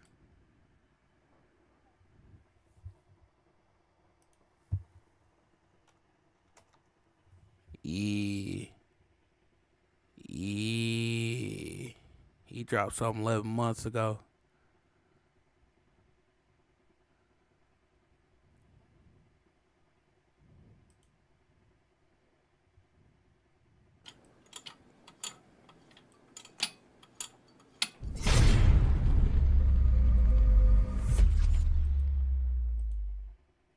It's part of the research.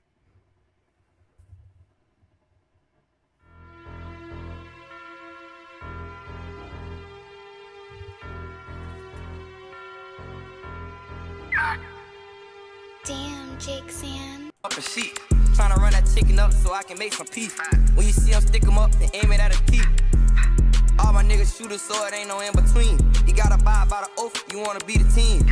Got a partner with the game, knock him out of gene. Known to leave a nigga stank, especially about that cheese. You know we screaming TTB, we mean the TTB, we mean that chicken up so I can make some peace with the game. Knock him out of gene, known to leave a nigga. What the fuck I look like beefing with a red nigga? Get up on his ass, aiming at his head, nigga. Chopper got me walking with a limp like one of my legs bigger. Fact.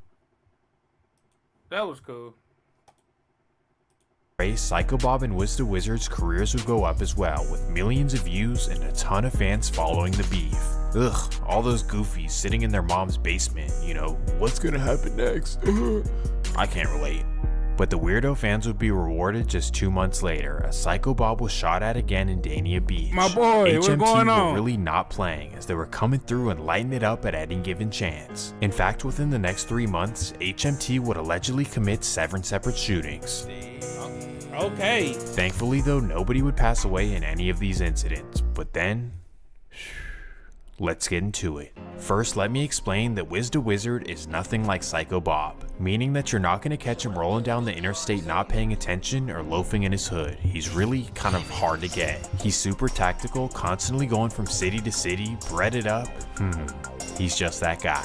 So realistically, if the ops ever want to catch him, they need somebody on his team to switch sides on him. And unfortunately, in every clique, there will always be snakes. For Snakes that sure. you won't see until they bite you, and it's far too late. Why I say this? Well, allegedly, Wiz the Wizard falls victim to a snake in his circle. As we know, the streets of Broward are completely split into two sides. That's except for one person, a close childhood friend of both HMT Trey and Wiz the Wizard. This would be a rapper named 26CJ, and why they allowed him to be on both sides of the beef? Well, A, he has a beef that has nothing to do with their beef, and B, because they're really both close childhood friends with him. So in a sense, they both kind of trust him to not set each other up, like he's gonna respect both of us in our own lanes. Well, keep all that in mind, and that fast forwards us to September 16th, 2021. It's 7 So, hey, money a changing nigga, man. a.m. in Zone 10. If nigga got 10,000 to spare, 20,000 to spare. Specifically, the body is located just steps from Wiz the Wizard's childhood home. A neighbor dials 911, and when police arrive, they identify the body as 24-year-old Wisdom Williams. The body is discovered with dozens of bullet wounds, yet police had not received any calls for shots fired within the last 48 hours. Something is not adding up, especially because there's a trail that goes right into an abandoned home. Because of this, police believe that he was lured into the abandoned home, and this is where somebody set him up. Then it appears that he was dragged just steps from his childhood home, possibly to send a message. Somebody set him up, but who could have done this? CJ.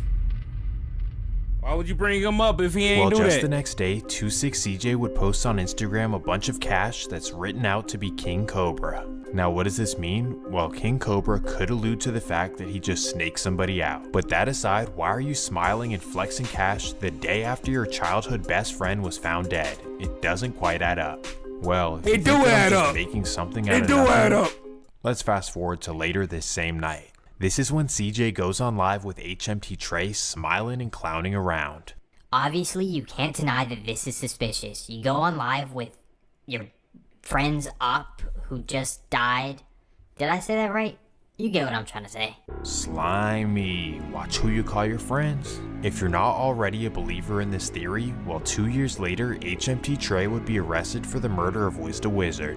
So take this as a lesson learned. If you're in the streets, you truly cannot trust anybody. Even your close childhood friends will slime you out. Man, this beef is wicked. We got moms dead. And say if he did that for 10 bands. That 10 bands in Florida is like $2,000. Setting up other childhood friends, cars getting boxed in and lit up. This shit is crazy. The waters are so deep that if you're in this beef, there's no stopping what's coming to you. But the craziest part for me to think about is that these dudes have to continue living their day-to-day lives amidst this crazy war. They've got bills, rap careers, families to take care of, or how about just living your own personal lives? Handling all these responsibilities with the constant thought of, will I die today? That's insane. And that fast forwards us a week after the devastating loss of Wiz the Wizard. September 23rd, 2021. It's an average day in the life of Psycho Bob as he heads to the Aventura Mall to do some fancy shopping. Thanks to Kodak and Sniper Gang, Bob goes straight to Neiman Marcus to look for some designer. Well, little does he know his main op, HMT Trey, is at the mall as well, a recipe for disaster. They're now bound to cross paths, and literally anything could go down. And just like that, while Bob is in the shoe department, HMT Trey spots him and begins walking his way. Thankfully, both of them are smart enough to not do anything violent, but they do get into an argument. And this is when Psycho Bob gets extremely disrespectful. In fact, he disses his deceased mom right to his face by saying, "That's why your mama got put up." Hey, your mama got fucked, nigga. Your mama got put up there, fuck, nigga. This is the ultimate disrespect, like straight up. I don't know, chat. Me personally couldn't stomach that.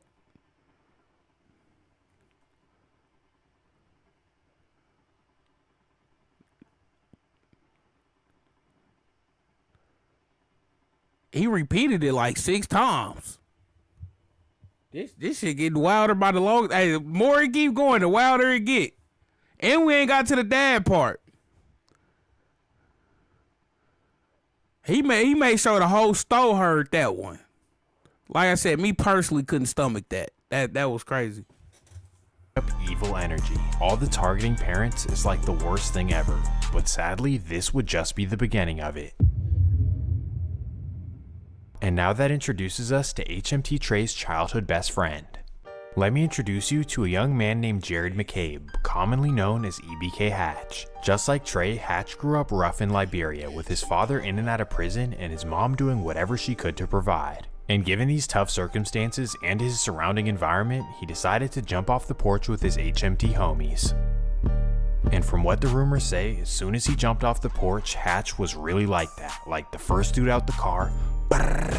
And if you don't believe me, believe the Broward County District Attorney, because they say that he's responsible for multiple murders. And given how active he was, a lot of people on the other side wanted him gone. And when they couldn't get to him, well, you know how this story goes. In late November of 2021, his father would be the target of a violent attack. Some unidentified suspects would track him down and pull up to his address, and sadly, this is where they would lay him down. This was yet another innocent parent targeted by their son's beef. Just truly tragic and heartbreaking, and the worst part about it is that Psycho Bob was the first person to clown it. In fact, he'd post on his story, "I heard he was about 50 when he got hit up with them switches."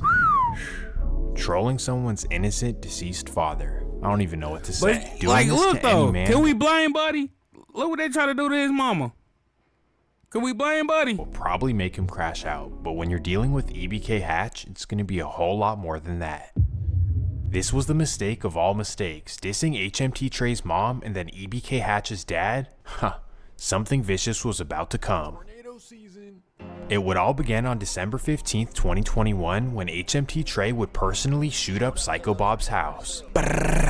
Absolutely lit it up, but thankfully everyone was okay, including Psycho. However, according to the feds, HMT Trey was not satisfied with attempts. He truly wanted a body, and allegedly just a month later he would successfully catch one. The details are definitely slim, but allegedly on January 22nd he would claim the life of one of Psycho Bob's close friends. This would sadly be a young man from Dania Beach by the name of Marquis Florence. Okay. That's crazy. Details on the case are definitely slim, but what we do know is that HMT Trey and Liberia Sig would slide again later that day. They would allegedly catch two more of Psycho Bob's friends named Rosiah Bordeaux and Derek Thomas, and again sadly they would bust all over them, but thankfully both of them would end up surviving.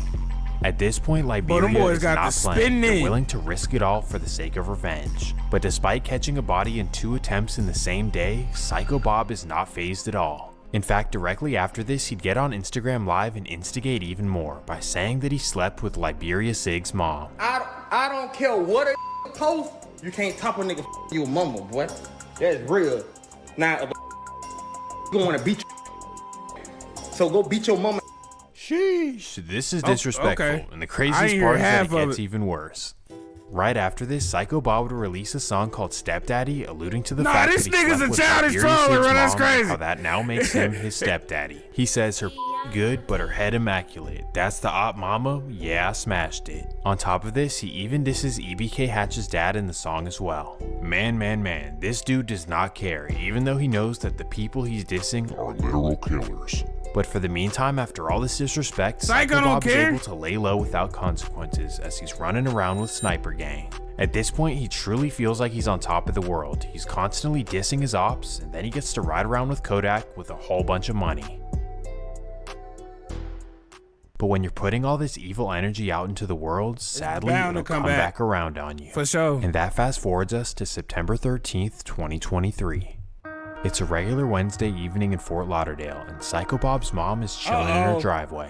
Just chilling with her family with nothing to worry about, cause Psycho had moved her to a neighborhood way deep in Fort Lauderdale, far away from the hood in Dania. But somehow after 2 years of living there, the rivals were able to finally find her address. And when I say rivals, I specifically mean HMT Trey, Liberia Sig, Hot Rod, and Rico, the 4 HMT demons. Well, according to the feds, as soon as they obtain her address, they slide out together in a Dodge Charger.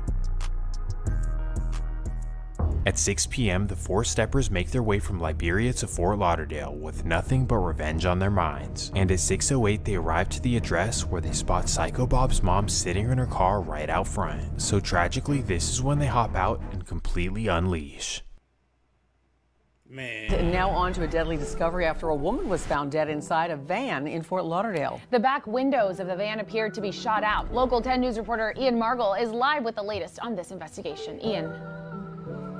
Things in this Fort Lauderdale. It's the streets, bro. You don't know who. You don't know who talks to who. You don't know what's available on the internet. Like, all of this stuff it's countless ways they could have got that address. Countless ways. But, boy,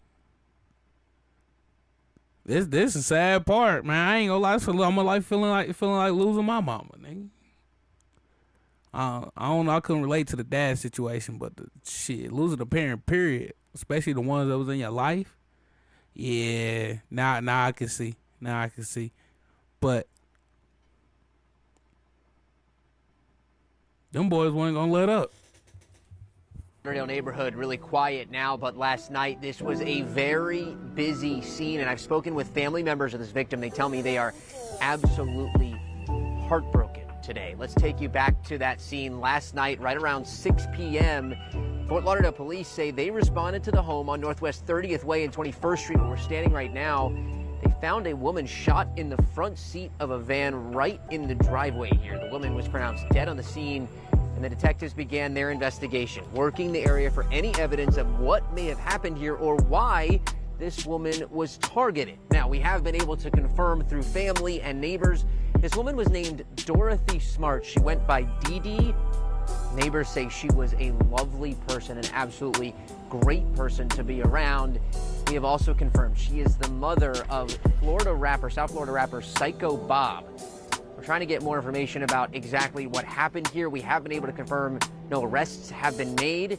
This was the ultimate tragedy for Psycho. I mean, damn, after already surviving one attempt, they slid on his mom again?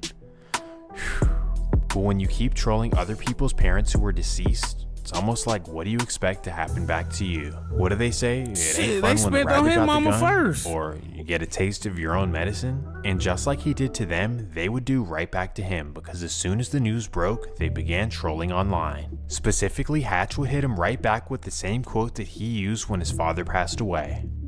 Honestly, this is the worst beef I've ever seen. Like, where can we even go from here? And this Florida, everybody. Truly never seen before, and I don't even understand how it could get worse. We've got 2 moms dead, a dad dead, and a whole bunch of young men gone way too soon. Literally, there's so many that I could make 5 separate videos on this. I kid you not. And the craziest part is that over the next year, Liberia was not done with their mission. In fact, they were just getting started. First, Dania's Anwan Dobard, also known as Sauce, well, he would lose his life to HMT's Kavaris Johnson. Well, all this is allegedly, because the case hasn't been convicted yet. Then directly after, Kavaris would allegedly catch another body, a man named Ronaldo Donar. Then a man from Zone 10 named Dwayne Smith, also known as Marlo Top, well, he would fall victim to Liberia Sig. Then just days later, his friend named Terrence Farrington would lose his life as well. Then after this, tragically, a football player who happened to be from Zone 10, well, he would lose his life as well. Miramar police posting photos of 17-year-old Johnny It's way more bodies than social media. What, we on body like 15 in this video, 20? Something. It appears that bullets came in from a variety of angles. The driver's side window of this white Sonata shot multiple times. Police say Johnny was behind the wheel. Another young life lost in Broward, all due to a silly beef. Well, after Liberia would go on this enormous tear of violence, it would finally all catch up to them. Developing at noon, a crime crackdown involving several law enforcement agencies. Yeah, they arrested 8 suspected gang members wanted for murders and multiple shootings. Local 10's Sanella Sabovic is live with the details of this months-long investigation. Sanella. That's right, ladies. Following this months-long investigation, the Broward Sheriff's Office making a big bust, arresting 8 gang members they say are violent. I want to get you straight to their mugshots. This has been a multi-agency effort. Again, all 8 gang members have been indicted on 33 counts that include charges of murder, attempted murder, and racketeering. The defendants are Sigmund Brown, Kavaris Johnson, Gerard Charles, Vondarius Davis, 16-year-old Raja Roll, Tyreek Jackson, Jared McCabe, and Trayvon Key. This interagency operation began after one of the suspects, Sigmund Brown's fingerprint, was recovered from a car connected to a homicide that happened back in January at Best Buy in Plantation. And from there, detectives were able to connect the 8 defendants to the 8 homicides that occurred in different cities in Broward County. Detectives also recovered guns. We have a photograph of that. BSO sent that to us. And some of those defendants did end up making a court they had that. And you see that switch on that? Violent charges. 5 showed up. 2 were reset for Friday due to timing reasons, and 1 suspect, Bondarius Davis, refused to appear. Again, this was nearly a year-long operation. These gang members, authorities say, are not only connected to 8 murders, but more than a dozen attempted murders. How they got arrested for all this is kind of an interesting story. Basically, Hot Rod got arrested first for an isolated incident, and then they went through his phone. And that's where police discovered the HMT iMessage group chat where they talked about everything they had done since the very beginning. I'm talking about confessions to murders, locations dropped, clowning ops, everything. So now they're all pretty much guaranteed to do life in prison. Now for them, this obviously sucks, but for Psycho side and the Zone 10 side, this is amazing. No more ops to hide from or worry about, which also means no more ops to go hunt. However, there was one last person free who they were desperate to get revenge on. That takes us back to the loss of Wiz the Wizard and how there was a man who people think set him up. This would of course be he and HMT Trey's mutual friend named 26CJ, the one who after Wiz the Wizard's loss would get online and start clowning with HMT Trey. Well, after the years passed, the Zone 10 and Nightmare side did not forget what happened. And that takes us to March 30th, 2024. It's 6 in the morning in a quiet neighborhood in Pompano Beach. This is when the neighborhood hears a flurry of bullets. Over 50 shots heard in the distance, so obviously neighbors call 911 and police begin searching around for victims. As the sun rises and the streets brighten, they notice some smoke in the distance. So they drive towards it and they end up in a back alley, and this is when they see a car completely lit on fire. Boom! That's when a massive explosion takes place. This is when the fire department arrives, puts out the fire, and police began investigating the scene. They would discover a body, mark it as a homicide, and were waiting to see who it was. Well, who was days later, it would be identified as 24-year-old Javion Ross, also known as 26CJ. Sadly, to this day, nobody has been arrested for this. Man, this beef was different. Now honestly, I have no idea if the beef is still going on or it ended. I really have no idea, because pretty much one side is in jail and the other side is kind of all gone. And now basically we're just left with Psycho Bob. Pretty much the lone survivor. How he even made it this far through this wicked beef is beyond me. Like, everyone else fell victim, but you. So I guess let's just hope that the beef ended here and that everything can be peaceful in Broward. And I hope you enjoyed the video and learned something from it, because when you join this type of life, there's no good outcomes. Well, if you liked the video, please leave a like and subscribe, and let me know what you want to see next. Peace! Man, that was a crazy video. I know everybody's like, what? Now, after all of these I done, this is my first time even seeing parents involved, like, deeply into this, losing their life and stuff. Like I said, man, that was probably the hardest part to watch of this whole thing. But them boys is out there playing ball. I mean, what else do you expect? And we all knew Florida was crazy than a motherfucker. They just show how crazy they can get for real. Anyway, y'all like these type of videos, make sure you leave me some down in the comment section. Other than that though, it's your boy Snore, I'm gone.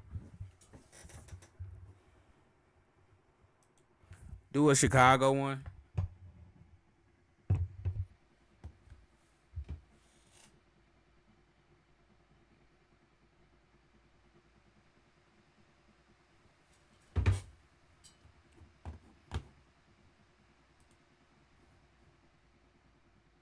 I don't even know if they got a Chicago one.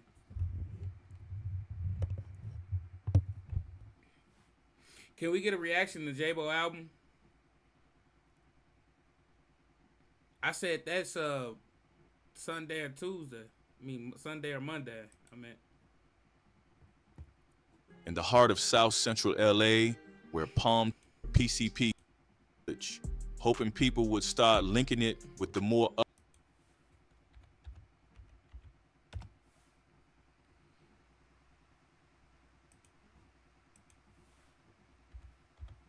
What y'all do today, chat? Or yesterday?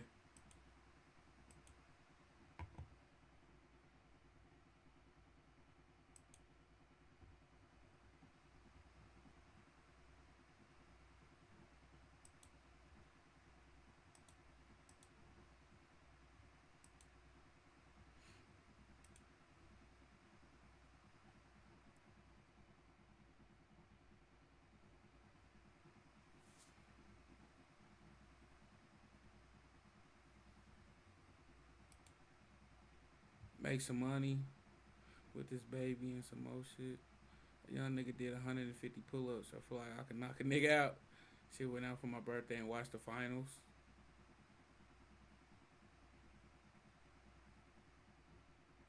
Body song. What you do today? Man, I sat in this motherfucker thinking.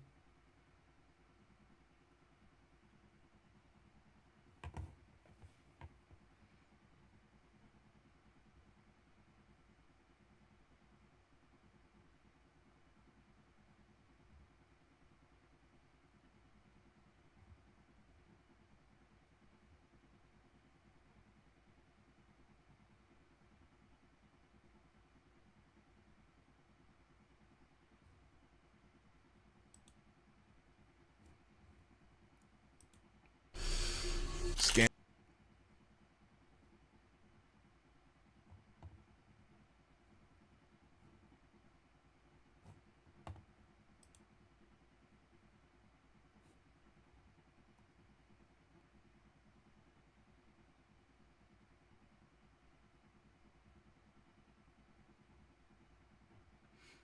Hold on.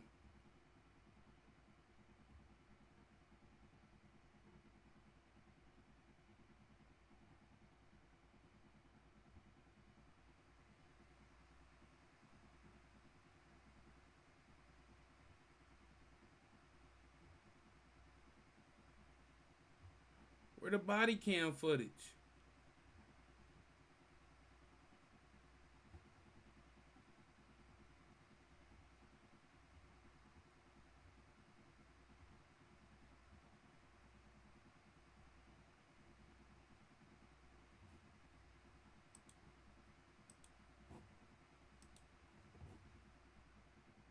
Germaine Grayson's Greatest Hits, a masterclass in chaos. On April 29, 2024, officers responded to yet another call involving Germaine Grayson, local teen, part-time threat maker, and full-time headache. After breaking into a residence and allegedly stealing $600 to buy a gun, he upped the ante by threatening to beat the caller's ass. Charming.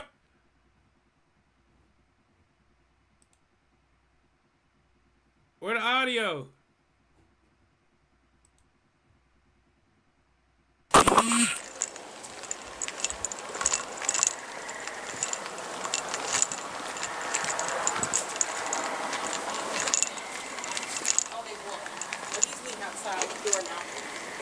But I see the officer now. Yeah.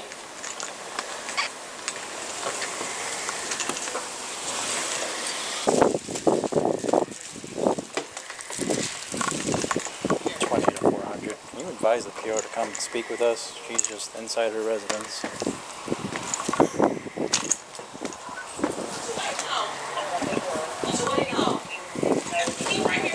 Okay. What's going on? Okay. Over the past weekend, Good. his PO is updated on everything. Over the past weekend, he fought one of my brother-in-laws because he got into him about being disrespectful in his school grades. I go. Yesterday, he ran away from my sister's house. He was in Cleveland. Hell no, boy. You ain't about to tell them that shit. You sound crazy. They made us stay outside and call my uncle and auntie. You sound crazy. You sound dumb, boy. He ran away from my sister's house yesterday. Oh yeah, he already on hot. He already tripping. I went to go do a police report. I had to go to 3rd District and do a police report. When I got to the 3rd District police report, my brother said they was at their house. So I went to do an unruly charge on both of them for running away from my sister's house. He told me I couldn't do it in Cleveland because I didn't stay down there. I had to come down here in Portage County to file an unruly report on him. I let his PO know. 7:35, we got a phone call from my brother saying that he was taking him to my auntie house. He flashed $600. Like I told you, he stole $600 out of my sister's purse. He flashed $600 and said, I'm going to buy a gun with it. I called his PO. His PO said the police need to be contacted. So I got up and I went to Cleveland, and that's what I did. And when I was going to Cleveland, he broke into the window upstairs and got in my house. And I asked him, how did you get in the house? Oh, I went through the window. Okay. And I just got back. So here, let me talk to you outside here so he doesn't. First question. I bet the first question right now is, do he got a gun? So, why those officers over there told you to come here when the charge was in I thought he was gonna ask that. Cleveland? What should we do that here? Even if it happened in Cleveland? Yeah, they told me I couldn't do it in criminal Cleveland. investigation. They can do criminal charges up in Cleveland for what happened in Cleveland, but as far as her signing up really charges, we would do that. Well, no, that's what I'm saying here, though. But that's what I'm saying. Sign them. Because every time we come out here and do no, his PO. No, the last incident when I went up there when he refused to get off. No, I can't. The PO got everything that Monday morning because I went to go talk to her. Did you sign charges? No, I didn't sign anything, but she got it. She read everything. Yeah, you need to come to the police department and sign charges for. Okay. Now, when he's been here, you said he's been loud, or what's been going on? I mean, making threats and everything. What do you mean making threats? I'm gonna beat your ass, this and that, third. Okay. He done called his little sister bitch and everything. Okay. I told him to shoot her all of this. So he told you that he was gonna beat you? Beat my ass. Okay.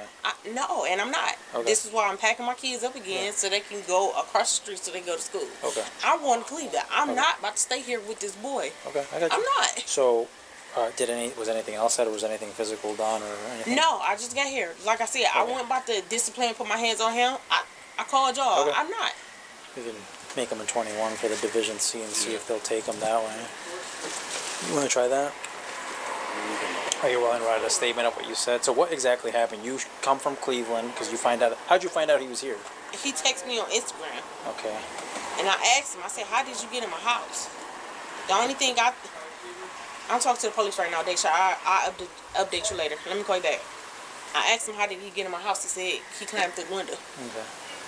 And then when I show me that? Yeah.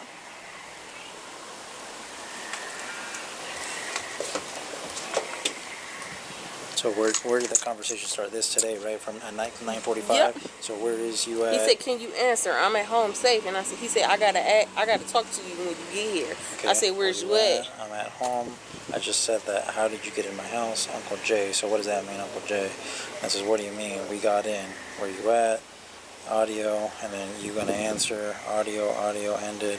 So what was said? Because that's when he said he climbed through the window. Oh, he told you through the audio on message the phone, that he climbed through the window. Okay. So then you come back here.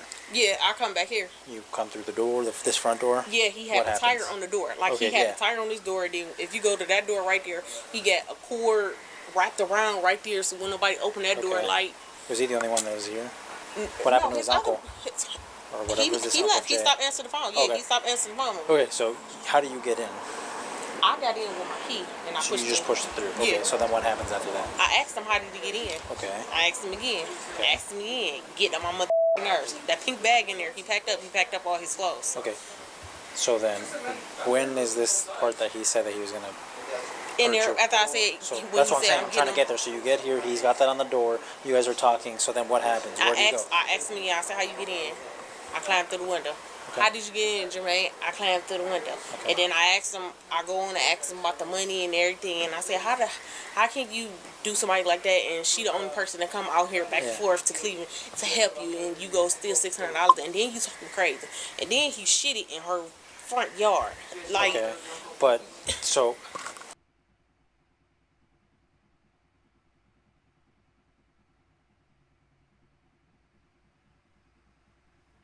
this nigga up.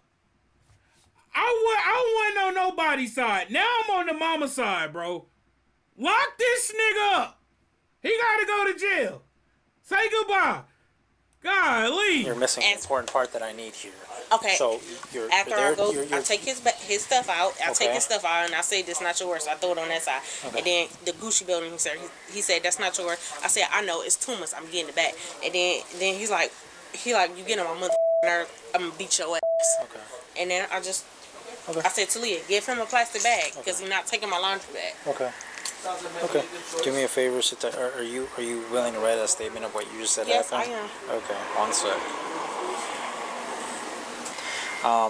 So I know it's usually common for him to run off, and he's always like not listening and stuff like that. Is that usually like language that he uses? He says, like, does he usually say stuff like that, like I'm gonna beat you, like, or I'm gonna hit you, or I'm gonna break this window, or I'm gonna do this and that? Is that common for him to say?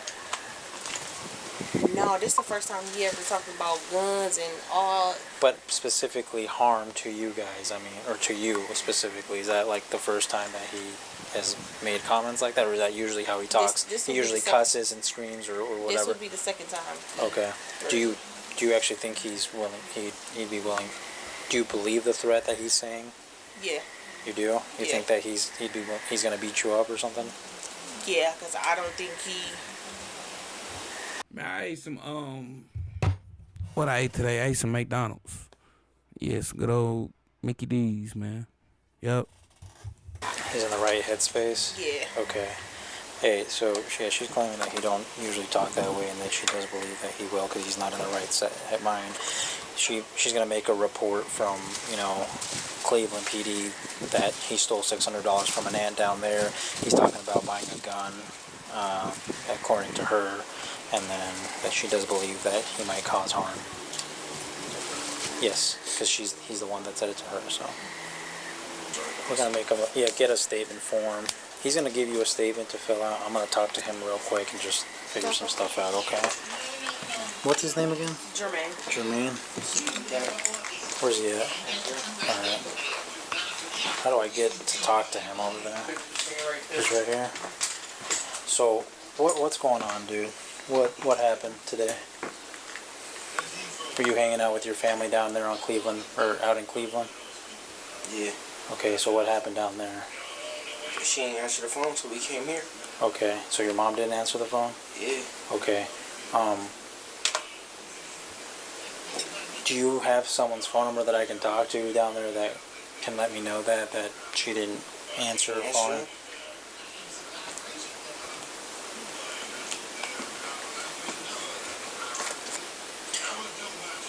So do you know of anyone accusing you of taking money? No. So that's news to you. You haven't heard of anyone accusing you of taking $600 down there at your aunt's house, or whoever lives down there. Who lives down there in Cleveland? Is your aunt? Yeah. My uncle. Do you have her phone number? My uncle.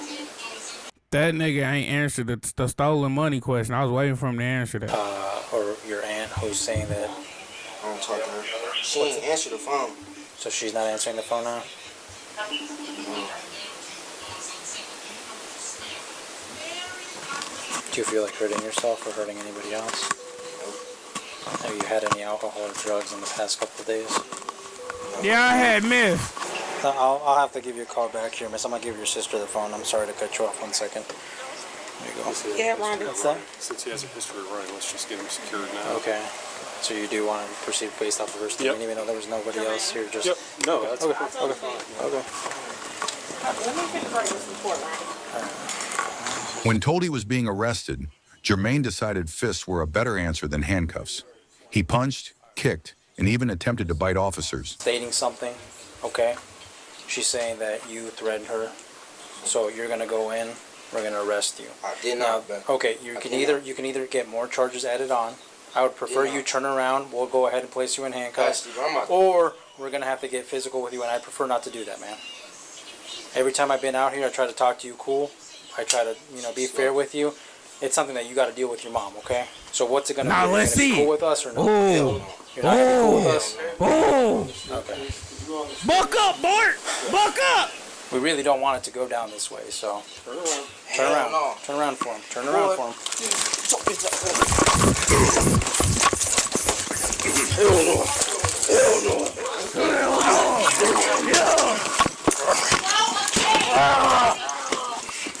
I ain't going without a fight, bitch. That one on. Yo. Chad. Oh, we gotta handcuff somebody. Well, now you just got a felony, bud. We don't give a damn. We don't give a fuck. Hey, we don't give a damn. We don't give a fuck. Take your time. All right. You can lift them up now. Are you gonna be cool or are you gonna continue to be? He's gonna just let him calm down. Calm down. He's still fighting. I need my phone. Get off me, bro.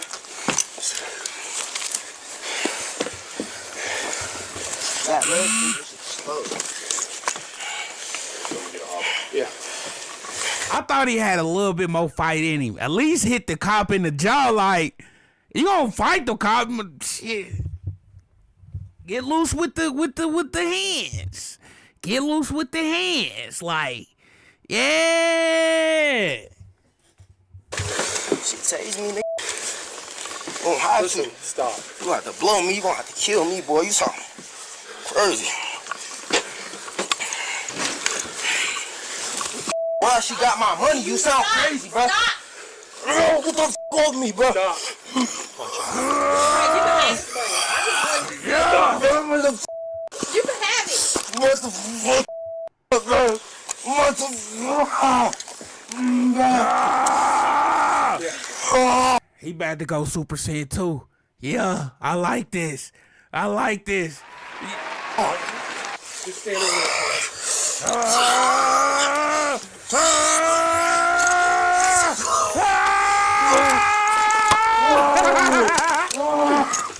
I can't breathe, dummy. Stop. Stop. Stop resisting. No. Bro, you kill me, bro. You're gonna have to shoot me. That shit slow. You're gonna have to kill me. You're gonna have to. I'm not getting the f up until I get my. That's good. Fucking you up. Yeah. Ah! Oh, yeah. Oh, he ready to go Super Saiyan 3. Oh, yeah. Bro. I'm a fuck. What are we doing? There we go. Come on, Goku. Oh, no. Fuck out there, bro. Oh, bro.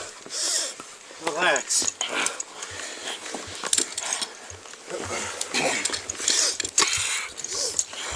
Nah, I got power like Goku. We're gonna pick him up now. You guys ready? Watch out, he's trying to bite you. He's trying to bite you. Watch out. Can we get the spit hood? He's trying to bite.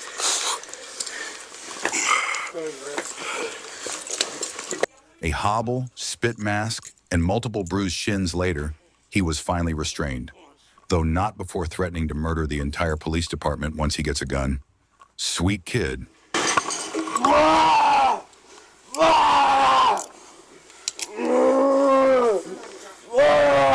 When he say that? I'm gonna kill you, bro. I swear I'm gonna kill each and every one of you, bro. Stop! Okay? You're done! Die, nigga! Oh! The f on my wrist, ho! Hey, I was with you a little bit, gang. I wasn't with you all the way, but come on now. Come on now. You talking about you gonna do what?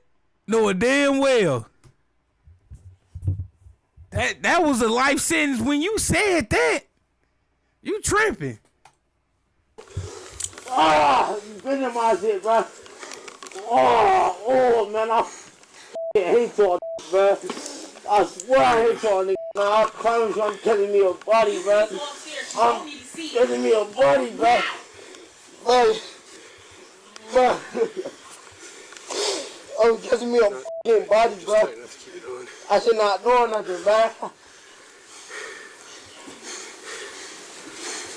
I should not do nothing to me, bro.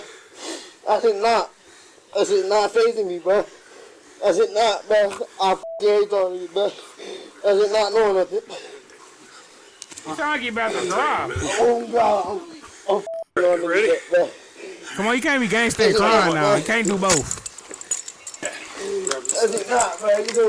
Can't do both. Honey.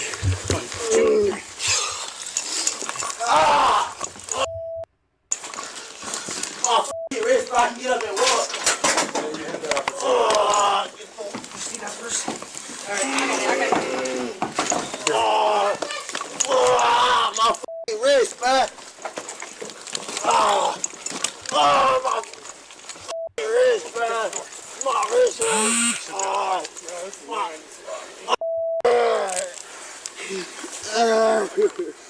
Keep him up.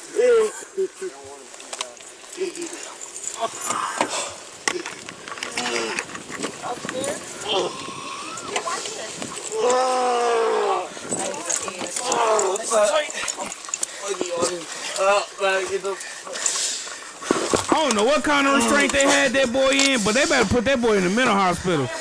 They got his legs tied up to his ankles. Legs tied up to his wrists. A little mask over him. Look how they laying the nigga down. Can we seatbelt him in? If we can. How you want it done? Well, we want him on his side. He kicked you, so that's a solid officer, Yeah, right? several times. Well, so much for going home early and trying to get my... They're not going to take him straight there? What are we going to do? I don't know. Oh, my wrist hurt, bud. Well, you should have found the first place, shouldn't you have? Sit down. We need to call, have Sit them down. call out, let them know that he is a police officer. Fuck you! They're going to say that he's too violent. We need to make sure.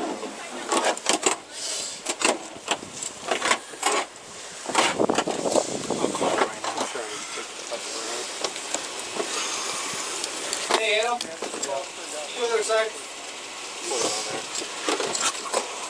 Just call straight. Huh? Just call JDC. That's, I'm calling them directly, that's why.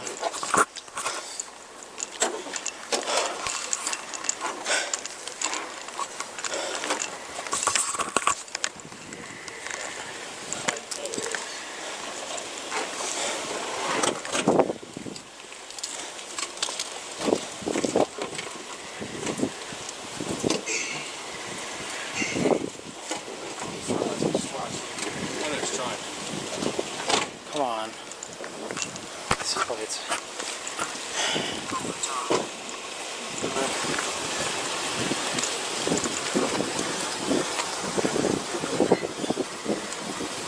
Yeah, we need the hot cider.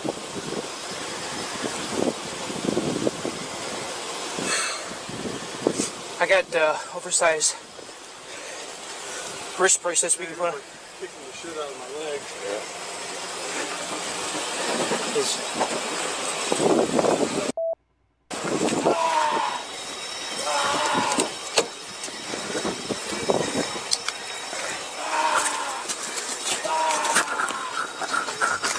Boy, he acting like a caged animal.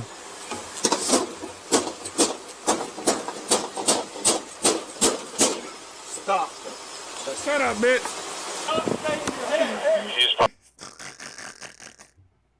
I'm already here. Yo, I'm already back in the police cruiser. Yeah. Y'all got me double chained up. Back where they took the mask off. Yeah, I would have been talking crazy. Shut up, bitch. Probably gonna need to go to UA to get chemically restrained.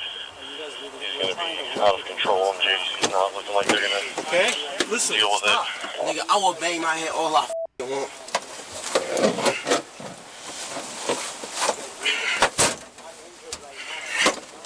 Stop banging your head, I'll quit touching you. No. Fuck you.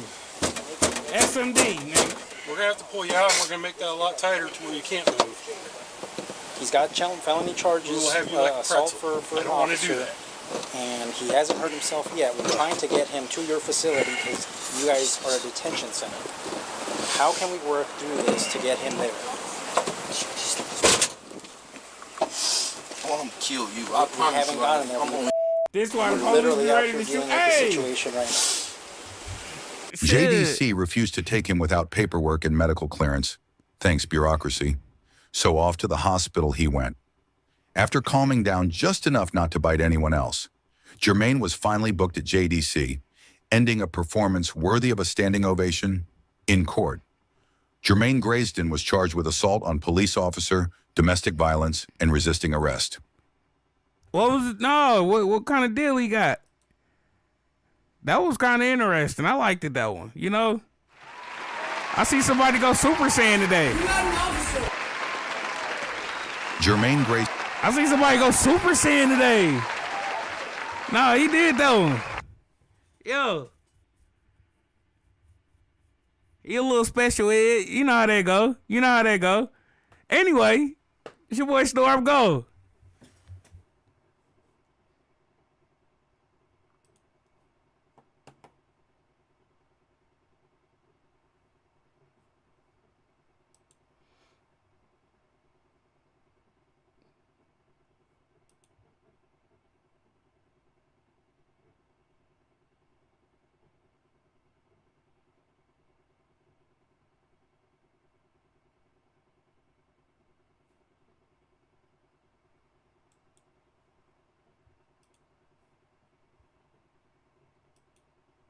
Don't y'all got video footage? Yeah, I think. Baby kill vibes. I should have had that in the video. Oh, man.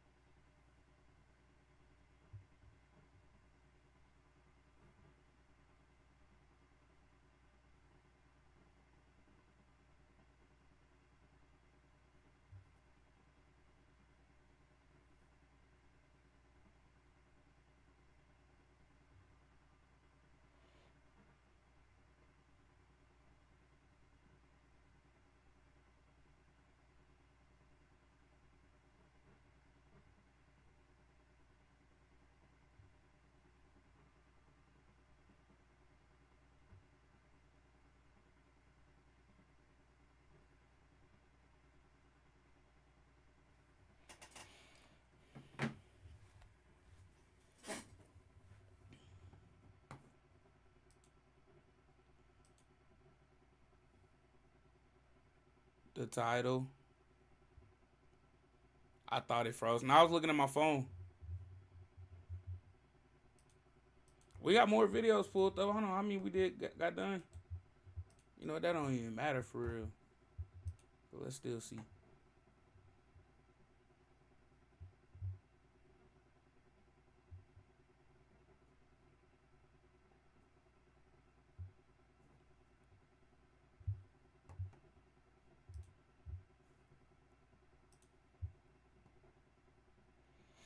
That's crazy. Y'all niggas thought I was froze.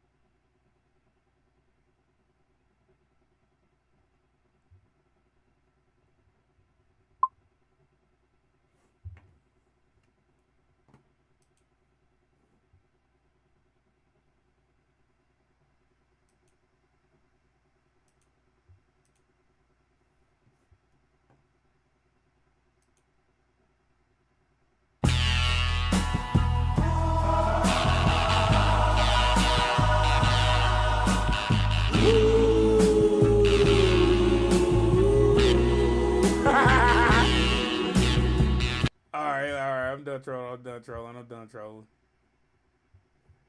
Man, Chad, we still gotta get that rapping shit down, man. We still got that one song though. Tell the bitch shut up. Welcome to the goddamn Motion Club. Cost your hold up, get in this bitch. And bitch, we ain't showing no love. ESTG is the biggest rapper from Louisville, Kentucky behind Jack Harlow. But a lot of people don't know about the crazy war going on in the streets that got— I heard Jack ain't from Louisville. He from like a suburb or something. 2 of his homies killed back to back in 2024. And today we're breaking the whole situation down. In July 2024, ESTG had a huge concert at the KFC Yum Center in his hometown of Louisville. The police knew there might be some issues with the show because ESTG is so close to the streets, so they brought in a ton of cops to keep everything under control. The police brought in a special team, SWAT, and an air unit just to handle the concert. But that still didn't stop ESTG's manager, EST Beach, from getting killed later that night. The show went off without any problems, and it seemed like everything was good. But a few hours later, EST Beach was found shot to death in his whip just a few blocks away from the KFC Yum Center. Some people claim that EST Beach didn't have any beef in the city, and he just got caught up in ESTG's drama. But other sources say that EST Beach had drama in the streets too, and the ops caught him because EST Beach got his money up and wasn't moving smart. It's not clear exactly how it went down or who pulled the trigger on EST Beach, but he wasn't the only loss that EST took in 2024. Right. A month later, EST Lil Mike was on the 900 block. Look, I'm gonna tell y'all something about Louisville. I went to Louisville before. I went to Louisville a few times. You feel me? Truth be told, outside of Louisville University or University of Louisville, whatever the name of the college is, boy, ain't too much going. So that's why a lot of that murder stuff go on, because I swear to God, ain't too much going. You got this popping college.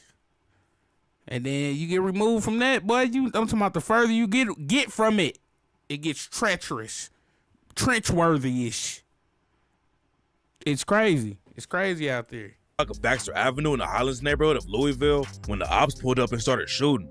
Lil Mike was pronounced dead at the scene, and his homie was rushed to the hospital, but the doctors couldn't save him, and he died later that night. Another dude got hit during the shooting, but someone drove him to the hospital, and he made it out of the situation alive. EST Lil Mike was a huge loss for the crew. He wasn't buzzing in the rap game like ESTG, but Lil Mike had been rapping for a few years and took shots at the ops like on the track Beat the Street when he rapped, "They hate me cause they cannot fuck with me on their worst day. Pull on side his whip, he gon' take shots like it's his birthday. And I hurt, it's only one way to deal with the pain. Go and put something down." And on the track Fill the Void, Lil Mike raps, "You know your ass ran when he got slumps. No way you making songs. If I blow this pipe, then best believe bro and them gon' sing along. He only a gangster on IG. No, that was Shit, a bar. That was a bar. Or it might be bullshit. I don't know. I'm still gonna send him home. Before I started rap, I've been a threat. And I'm gonna get active everywhere else but the internet." It's not clear exactly what happened with Lil Mike, but ESTG made it sound like Lil Mike got the drop on his ops and accidentally shot himself somehow. On the track RP Lil Mike, ESTG raps, "RP Lil Mike took his own life, drawing down on his opponent. I remember Their doing eyes the video closed. to this song. They wouldn't know, they just heard the faux Nick throwing. Even after he fell from shooting himself, you scared to walk down on him. He was like 14 sliding with Lil Green, putting bread on your big homie."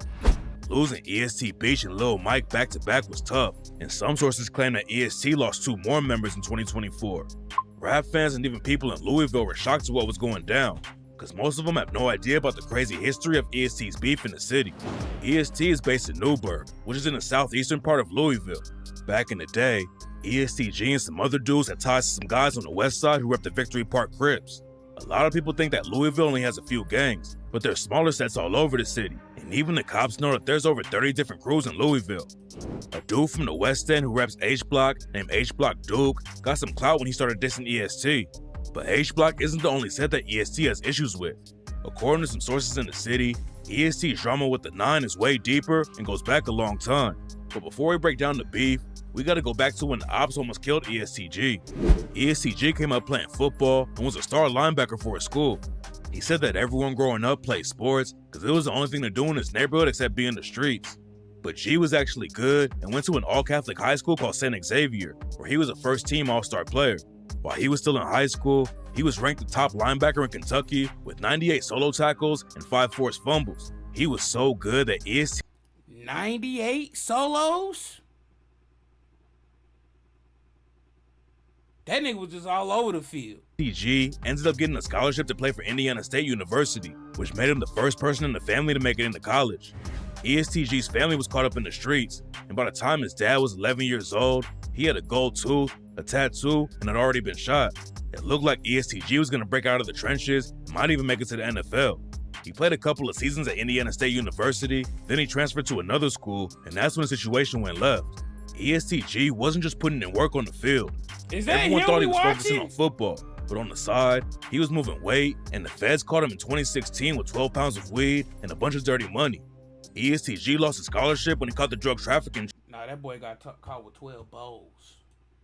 He was getting it in. But if you listen to the nigga music, you swear he was just an op hunter, but the whole time nigga was a trapper. Charge, and he was also facing a 10-year prison sentence. Luckily, ESTG's lawyer kept him out of prison, but his plan of going pro with football was gone overnight after he lost his scholarship. So ESTG went back to Louisville and started trapping full time. He said, anything that a nigga feel like a street nigga's supposed to do, I done did it. But he was on house arrest for the drug trafficking case. And that's when ESTG decided to start rapping. He was watching Lil Baby perform on TV, and after that, ESTG set up his own studio in his crib and started dropping music. Louisville has a big rap scene, and one of the dudes who pushed ESTG to keep it going was his homie YLG Peso. ESTG and YLG Peso played football together in high school and had been tight for years. And in 2018, they linked up in the studio for the track, The Come Up. YLG Peso is from the West Side and allegedly reps the Victory Park Crips, and it didn't stop him from being cool with ESTG. But that all changed when a dude named Big O was shot and killed. Big O was a football coach who had a lot of love in the city, and he also started a studio and business called Quality Over Quantity Media. But in July 2019, the cops responded to a shooting outside of the studio around 6:30 p.m. and found Big O laying in the parking lot with bullet holes in him. They rushed him to the hospital, but Big O tragically didn't make it out alive. Big O's death had a big impact on the city. He coached a youth football team and was known all over the community, and that's what made the murder so shocking. There's a lot of different rumors about what went down, but some people think that EST dudes got into it. I ain't gonna sit here and act like nothing don't be happening. Things don't be happening for a reason. There's a reason why, he probably was really in the mix. But honestly, I do not know, because I'm not a native from Louisville, but it's no telling with the inner cities, man. Niggas could just be involved. Yeah, they got this going on, but they got this going on too, though. With some guys from the West End, and the situation went left. Somebody started shooting, and Big O got hit, but the cops don't think he was a target. After that, ESTG had a falling out with YLG Peso, and that's when the violence really started to pop off. ESTG was blowing up in the rap game at the same time, but a few months later, the ops slid on him after he shot a music video and almost took him out. ESTG had linked up with a rapper from Detroit named Sada Baby, and Sada Baby came to Louisville so they could shoot a music video. Everything was cool while they were shooting the video, but right after Sada Baby left in his whip, the ops pulled up on ESTG and aired out his whip. ESTG got hit 4 times in the stomach, and another bullet bounced off the whip and hit his eye too. ESTG's brother was in the whip with him and caught a bullet in the leg, but ESTG's brother kept ESTG awake until they could get to the hospital. At first it looked like ESTG might not make it out, but luckily the doctors were able to patch him up and he spent a couple weeks in the hospital. He came home fast, but ESTG had to spend a few months recovering and got surgery on his eye so he wouldn't lose his vision. After the shooting, ESTG had a falling out with Sada Baby, and there were rumors that he might have been involved somehow. Once he started blowing up in the industry, G got cool with 42 Doug after they signed to Yo Gotti's label CMG, and they even dropped a collab album together in 2022. 42 Doug is also from Detroit and has beef with Sada Baby, so some people thought Sada Baby might have somehow been connected to G getting shot. But according to Sada Baby, he had nothing to do with the shooting, and he fell out with ESTG for a completely different reason. Sada Baby said he was ranting on social media about XXL magazine because he was mad his music wasn't getting more coverage. Sada Baby didn't name anyone directly, but said that some of the people on XXL who had their first million-view video was a track that he was featured on. Sada Baby was clearly talking about ESTG since their track together was one of G's first big songs, although Sada claimed he didn't mean it like that. G still took it personally and clapped back by telling Sada Baby he didn't need him to get on. Ever since then, they haven't spoken. But Sada Baby said that he had nothing to do with the shooting in Louisville and that it was related to whatever G had going on in the streets. ESTG didn't let the shooting slow him down though. He had already recorded a bunch of music before the shooting happened, so he was able to keep dropping while he recovered. Then ESTG hopped back in the booth for the track Nathaniel Forrest and rapped, blood in my eyes, feel it's my time, Rico speeding trying to drive. Talking loud, looked in my eyes, and told me, bitch, you better not die. 4 on my side, 1 in my eye, karma gonna come back around. Out the car rear, walk him down, feds investigating us now. EST allegedly clapped back after ESTG got hit up. And in 2020, ESTG's homie Lil Kata shot and killed a dude named The Real Lil B at his crib. Unfortunately, The Real Lil B was the only one who got hit though. And Lil Kata also killed The Real Lil B's 3-year-old daughter Trinity. And in the same year, EST's ops allegedly clapped back and killed ESTG's homie Austin Floyd, aka Lil Red.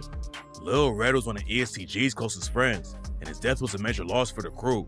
In 2022, ESTG linked up with 42 Doug for a collab project, and on the track Everybody Shooters 2, ESTG raps, "You found out you can hustle, you a killer all of summer. Sometimes I wish I could've left with Red, God made me suffer, but pressure made me tougher. When it's smoke, I don't be ducking. You see me out in public with it out, I never tuck it." EST and their ops had already been going back and forth and leaving bodies on both sides. That's the ESTG I'm used to. You know, that he really putting on for Louisville drill, man. He really putting on for Louisville drill. You listen to an ESTG song like Lick Back, that's one of my favorite ESTG songs. It's nothing but a drill song. It just got a different flavor to it. Like, it ain't your typical drill, but it is. You know, it's just him. But the hit on The Real Lil B is when the cops really started paying attention. The cops were already working on the case, but there was more violence in the streets before they did anything about it. A few weeks after Lil Red got killed, a dude from the west side of the city named Reginald Johnson was shot and killed. A dude from Newburgh was booked for pulling the trigger on Reginald Johnson, but later the whole case got thrown out. Lil Kata ended up getting booked for killing The Real Lil B and his daughter, but at the same time, ESTG was getting even bigger in the rap game. In 2021, he signed a huge deal with Yo Gotti and the CMG record label, and ESTG kept taking shots at his ops in Louisville on tracks like Lick Back when he rapped, "I talk so much shit, I need a tic tac. I got 5,000 for you. Help me set this wolf trap. Started a new strain, smoking your man. This here a wolf pack. Up on the score, but we still active like we on get back. Only thing gonna take that pain away is if you get racks. Forever get my lick back." ESTG's ops were taking shots at him too though. H-Block Duke made a lot of noise when he dissed the EST crew, but before he hopped in the booth and dissed them, EST's other ops from the 9 had already been taking shots at them in the studio.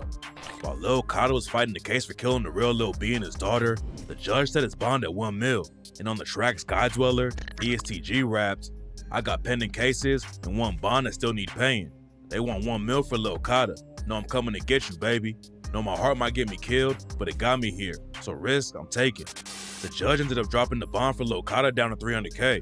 So ESTG, his manager Eric Mosley, and an executive from Atlanta Records paid the bond and helped Lil Kata get out. The freedom didn't last though, because in 2022, Lil Kata was convicted of killing The Real Lil B and his daughter Trinity, and the judge sentenced him to life in prison. Lil Kata getting hit with a life sentence was tough, but the cops weren't finished with the crew yet. In 2021, they indicted 10 alleged EST affiliates, including ESTG's manager, Eric Mosley. The feds raided Eric Mosley's hotel room and found a kilo of cocaine, a couple of guns, and $100K in cash.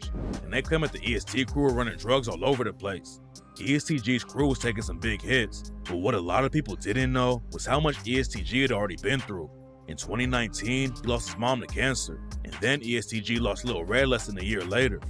Some sources claim that Austin, aka Lil Red, was ESTG's blood brother, and on the track Lamborghini G-Ski, he rapped, "Austin passed, I spent the whole next week and a half on market. Whoever out gets slaughtered. It been getting hard with our target. A link up with the bosses, I've been slimy since I started. Knew he wanted his nose wiped cause he kept coughing. I get money and throw crosses. Am I sacrilegious? Can't call yourself one of my little brothers? You ain't whacked a nigga. Losing his mom." What's sacrilegious? Sacrilegious.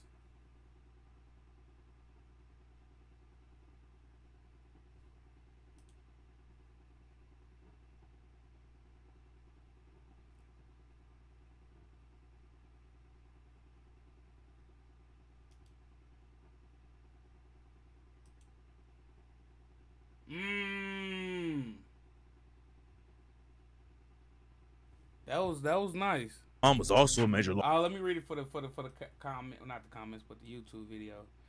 Sacrilegious means extremely disrespectful towards something considered scared. An action that caused deep offense or to be brave a believer, like burning a religious text, for example. Sacrilegious. Lost for G. She always wanted to see him make it as an athlete, and he felt like he let her down when he lost his scholarship. But she passed away before he really blew up as a rapper. He even raps about it on the outro to his new album, where he raps, "My mama died before I got famous. Ain't seen me get big. I ain't get to thank her, putting me on game about how these bitches is." By 2021, a lot of bodies had already dropped on both sides, and then H Block Duke hopped into the situation. He dropped the track EST, Everybody Shot Together, and rapped, "We get on EST for free. Ask G about the freeway. We the reason for his bad eye and a zipper on his stomach and a couple of his dead homies." H Block Duke took the disrespect up a level when he used the footage from ESTG's shooting and recovery in the music video for Everybody Shot Together. H Block Duke claimed that ESTG was taking shots at him first, and that's why he dissed him. But some people think H Block Duke was trying to get some buzz on his name by dissing ESTG. Sources say that EST's beef with other crews from the west of Louisville is way more serious. But see, look, when this first happened, niggas ain't know what was going on. It's just y'all dissing the poppin' rapper. That's why I looked at it like niggas ain't know it's some whole stuff going on behind this. Serious. And ESTG took more shots at them at the end of 2021 when he dropped the track Bloody Man and rapped, "Everybody in the city tried to go against me. I stood my ground. Get him now, shoot back out of town, trying to make my brother proud. By putting another sucker down, what's up now? Niggas woofing, but they don't make no sound. They know we hunting hounds." 2021 was a wild year for ESTG and the rest of the crew. They got hit with a Fed case, they were still beefing with their ops in Louisville, and the whole time, ESTG was making huge waves in the rap game. Linking up with Yo Gotti and the CMG label was a big win for ESTG, but after Young Dolph got killed and people started connecting Yo Gotti to the hit, rumors started flying that ESTG wanted off of the label and wasn't rocking with Yo Gotti anymore. People thought that ESTG was a big fan of Young Dolph. Dolph getting killed shook up the whole rap game, and a lot of people immediately thought Yo Gotti was involved with the situation. Yo Gotti and Young Dolph have been beefing for years, and street rumors say that Gotti's brother, Big Jug, is the one who put a bag on Dolph's head. Eventually, the cops tracked down the dudes who pulled the trigger on Dolph, and one of them admitted that Big Jug is the one who paid for it. After all the new info started coming out, people were spreading rumors that ESTG was done with Yo Gotti and CMG. The story was all over social media, and eventually, ESTG had to hop on IG to clear everything up. He told everyone to stop making videos about him and Yo Gotti and said that he loves Gotti and wasn't leaving CMG. And in January 2025, ESTG dropped his album I Ain't Feeling You, and CMG was still listed as his label. But while ESTG was keeping it pushing in the rap game, his homies in Louisville were still caught up in some major drama, and it doesn't look like it's gonna slow down anytime soon.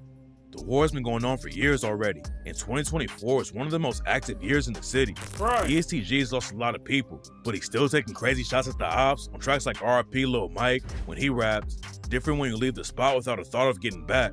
Two energies don't match. You want a name, he want a stat. Then another one, and another one, and another one after that. It's new niggas that think how since they in it, the score supposed to reset. So fuck keeping score. It's gonna be wars till it's just us left. Learn as a little boy. Applying force is what gets you respect." Hopefully ESTG just focuses on the rap game and gets more of his homies out of the trenches. But right now it seems like EST is still gonna keep sliding on the ops and turning Louisville into a war zone. That was crazy. Did not know Louisville was going down like that in Louisville. And when I went to Louisville, I explored. I went to the trenches. I went to the decent parts. I went to the good parts. I went to the trash parts. I went to all of them. You know, I really explored the city. And for it to be going down like that, I should have known something was up. I used to see it on First 48 all the time. Golly. I don't know how many bodies was in that video, but it was a lot. You know? Let me know how y'all feel about the video down in the comment section. It's your boy Snore. I'm gone.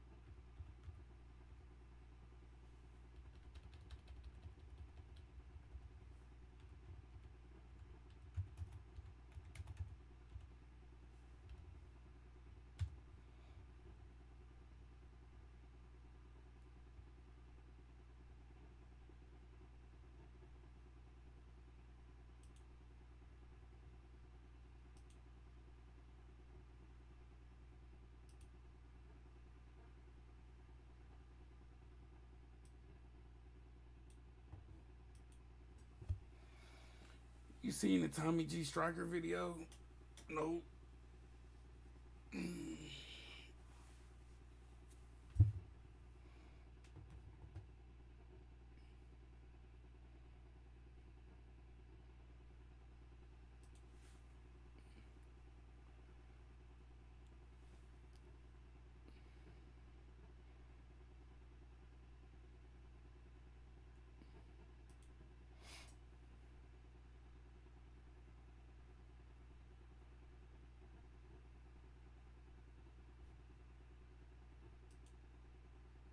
Nothing says team bonding like 3 people crammed in a stolen SUV. Now, where is she going? She decided to run? Nothing says team bonding like 3 people crammed in a stolen SUV, fleeing cops with a trunk full of car parts. At 4:42 p.m. on July 3rd, South Park Mall security relayed a tip. 2 black males were seen stealing a catalytic converter near pole number 47, then fleeing in a black Jeep with Michigan tags.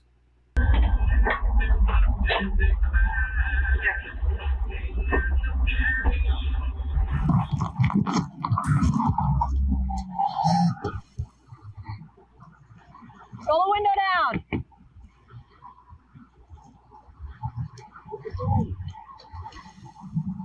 Can you just turn off the vehicle for me?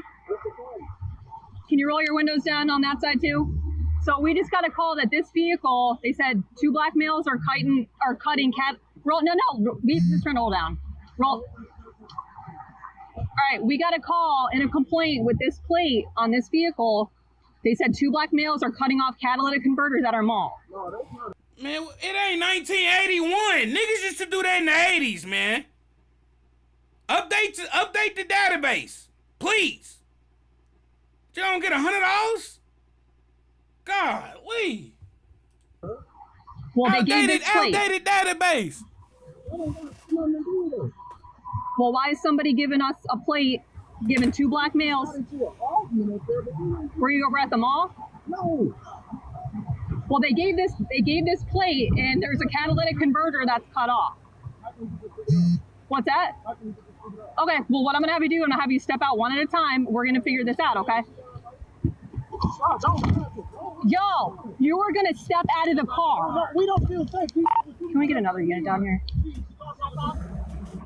Can you put your windows all the way down? All of them? Hey, how you doing? You have a valid driver's license on you? Okay. Step out of the car. Step out of the car. Step out of the car now.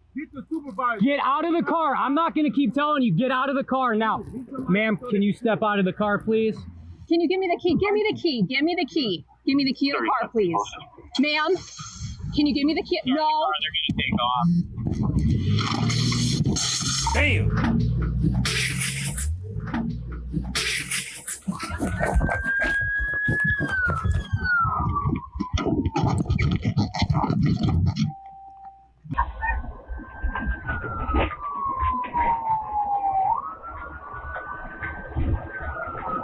Go, go, go, go, go, go, go!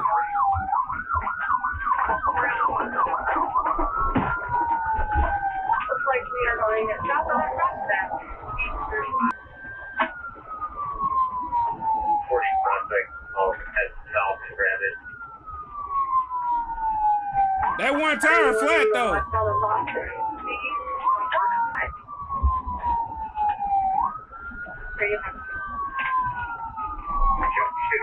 They use a turn signals as a moose.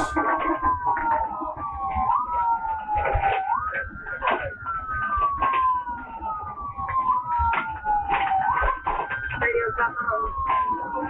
No, we're westbound on Boston Lake, East 30.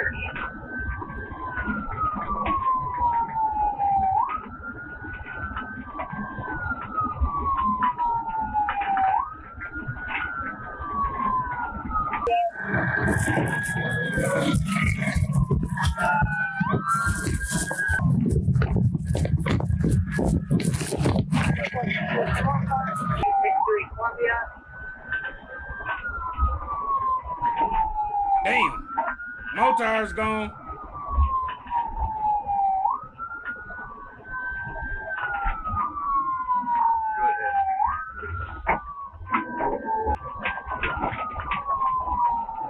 No tires. They are continuing from prospect 40.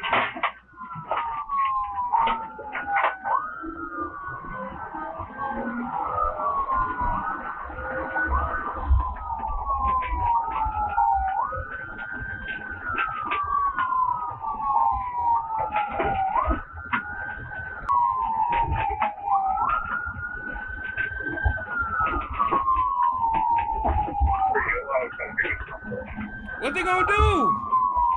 What else could they do? Oh no, Shaggy!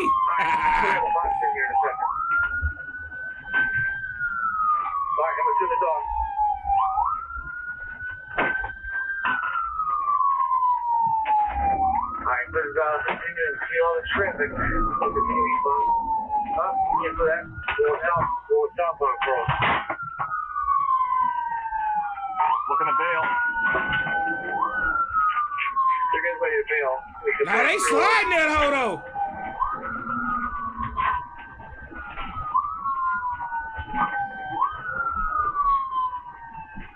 Speed to 30.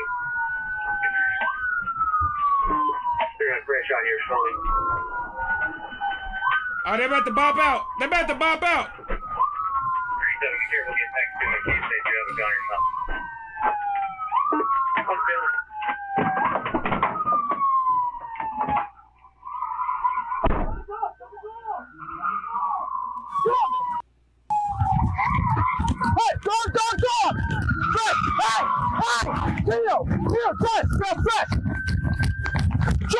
Please, get closer to your bed!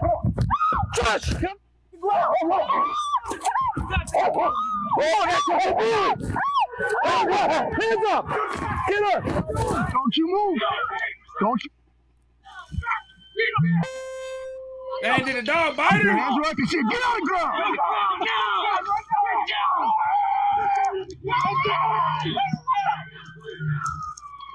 Listen to me. Keep your hands where I can see them, and I'm gonna have you start coming out back to me.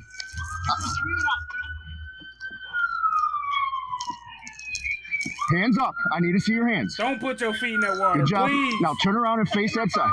No, turn around and face the sign. Get back up! Yep. Now put your hands up on that brick wall so I can see your hands.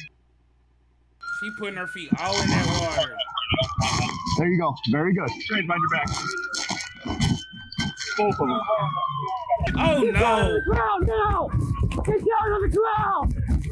Get up out of here! Get down on the ground! Okay, my feet! My feet! Go! Go! Go! Go! Go! Go! Go!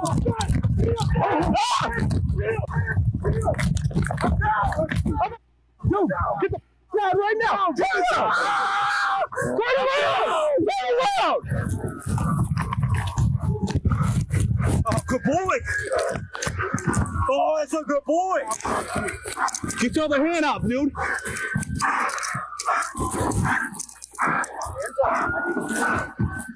Get the dog! Get down on the ground! Head down! Head down right now! Don't move! Do not move! You understand me? Put your hands behind your back!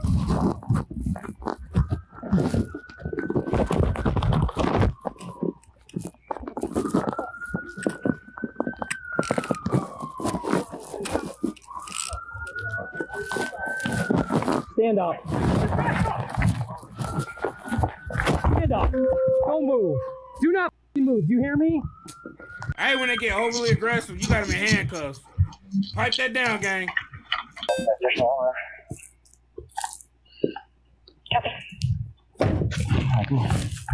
See y'all again. Get down. We could have avoided that.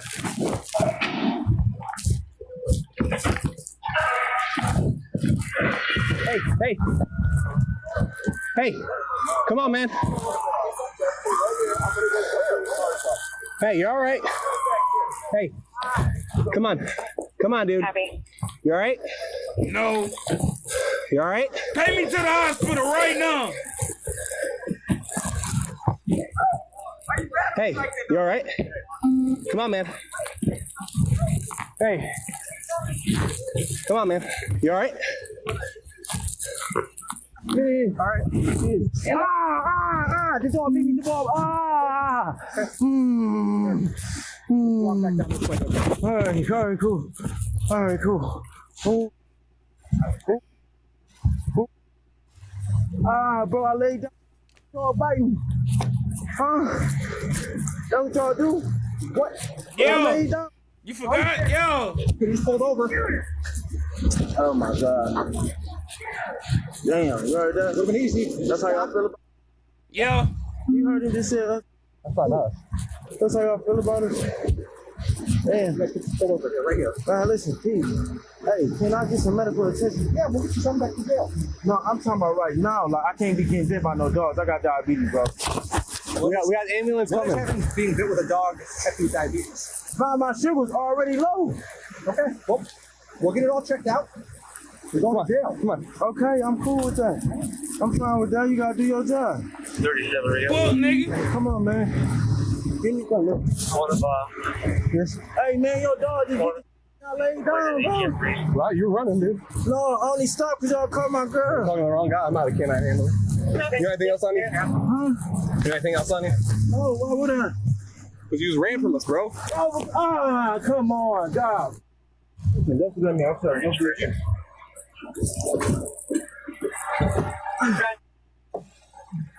Suspect vehicle here. Can you check the van with the plate? Should be 40987. Can you just confirm advantage?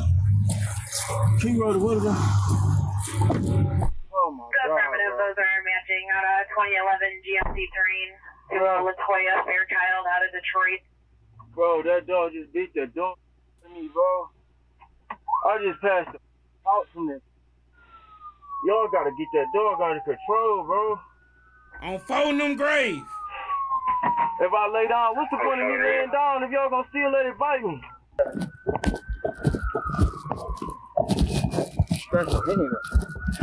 Sorry to hear that. Damn, y'all let the dog bite my mama, though? Y'all let the dog bite my mama? It's your own fault. It shouldn't have ran. What you mean it's my own fault? That's my mom, bro. Let's go this way. You guys stay right here. I'm gonna go separate. Mine's right back here, Jeff. Mine's right over here. Wait a minute. So mama's boyfriend and mama's son out stealing Catalytic converters? Yeah, that was poor. I came to a conclusion. I didn't even know all that was going on. He probably said it in the intro, but when dude just said, y'all let the dog bite my mama, then dude just said, y'all got the dog to bite. Well, I only started because y'all had my girlfriend. Oh, y'all on meth or something together. I don't know what y'all got going, but it ain't going well. I can tell y'all that. Bernie. It's burning. Over here. Why you grabbing on me like that, though? Why you gotta grab me like that, sir? Okay, sir, understand it, but you don't gotta grab me like that. You know what? I hate to break it to you, but our adrenaline is a little high right now. Understand? Because you guys. Can you loosen them up on me, sir, please? Fortunately, our jails right now. I'm gonna double lock him for you so they don't tighten up.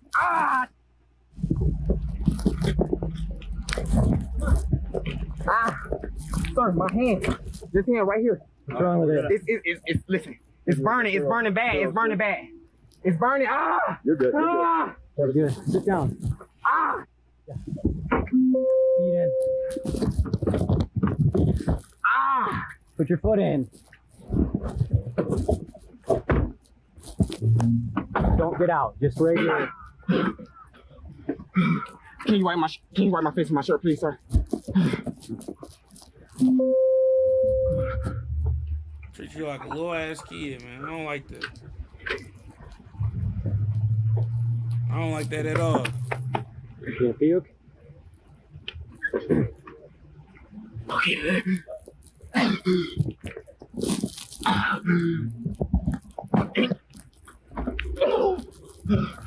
Catch your breath, man. You're fine.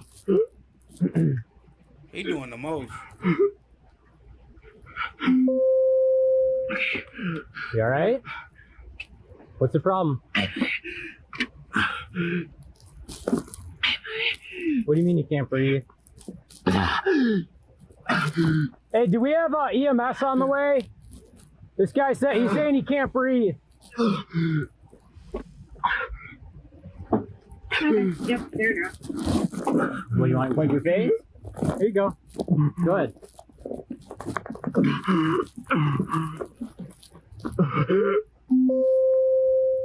Do you have medical issues? Yeah. Used our new spikes, yeah. We got them just this time. That was perfect. I saw it too right when I was pulling up. I'm like, because you guys started running back. I'm like, oh, I got. Inside the Jeep, a goldmine of felony evidence. Officers recovered 17 catalytic converters. One of them matched Diemert's car. Alongside them, a DeWalt Sawzall and 2 cell phones, all logged into evidence. Oh yeah, they cooked. They overly cooked. They burnt. Are we taking it back to our place anyways? Yeah. Might as well. 7132. When you're able, I have a sergeant from the Elyria OSP post. Where did you see wires cut? Right here. There's a string of wires cut. I don't know what it's to. It might be easier to see it from the other side. My name is Mike. Mike? I was just for my insurance. I'll give you a card with everything on it. Oh, perfect. Yeah. I've never dealt You with might be able to see from the other side. I got a couple of shirts here. I'll leave it down for you. The owner, Alexander Diemert, had no idea what had happened until police contacted him. Fairchild was charged with fleeing officer, theft, possessing criminal tools. Adams and Golson followed closely behind with charges for felony theft, possessing criminal tools, and receiving stolen property. Them boys is cooked. They're gone. Like me. I'm gone, because that was crazy. A lot of action, though. I'll give them that.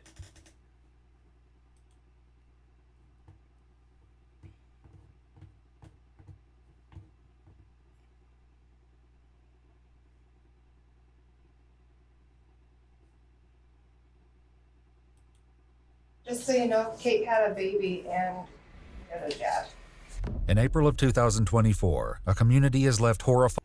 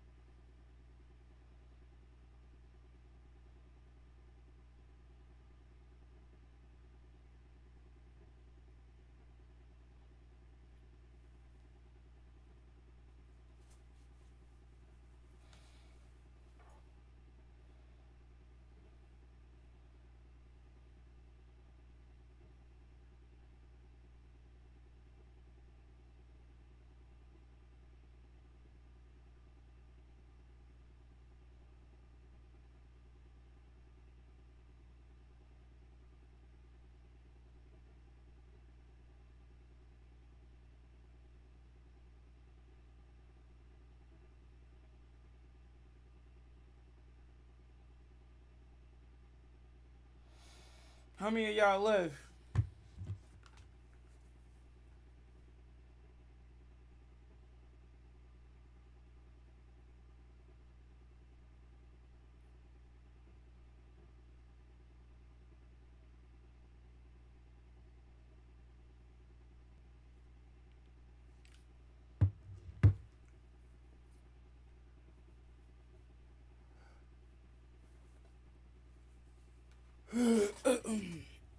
Is none of y'all left?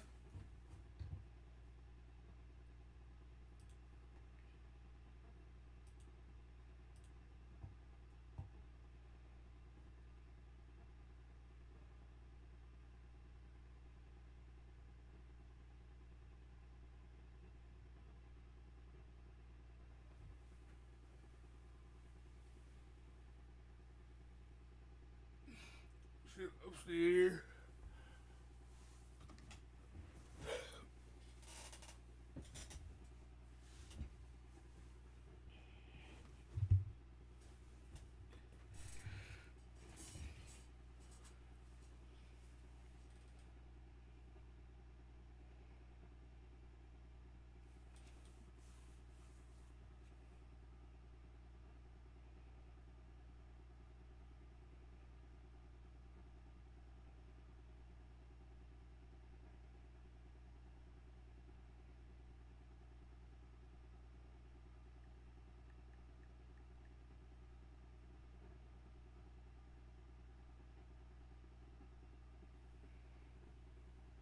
Fried. I ain't fried.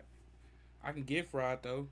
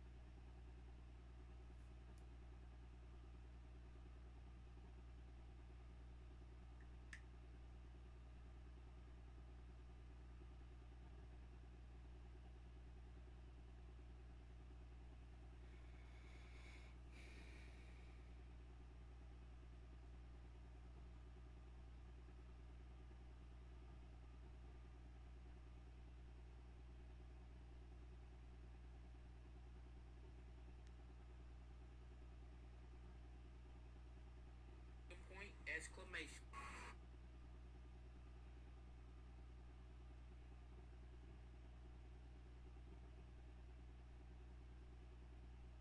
Get aggressive.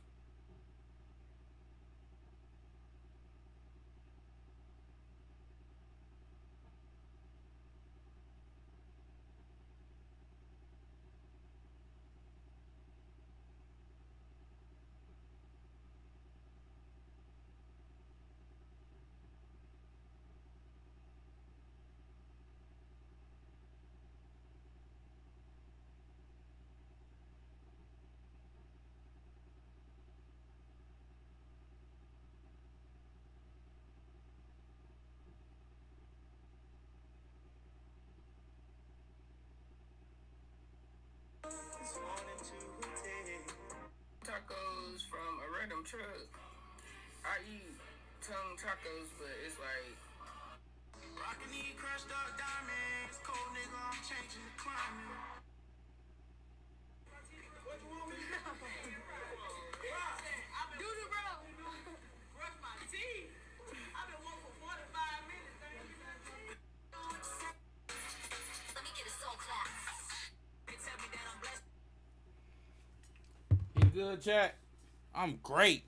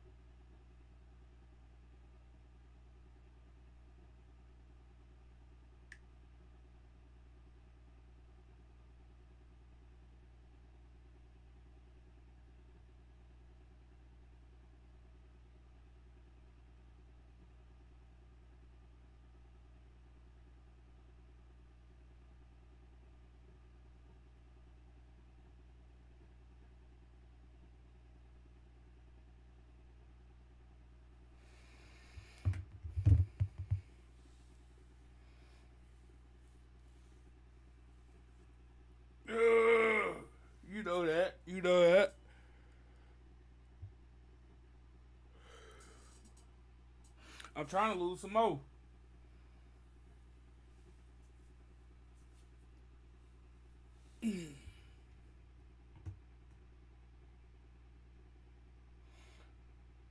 Alright, I gotta edit, man. I'm gonna catch y'all boys tomorrow or later on today. It's still early on. I'm finna sit up here and edit all these videos and then upload. But if I upload, y'all don't catch me back because y'all don't catch me back on stream because I ain't got nothing else to do. Alright, but I'll catch y'all.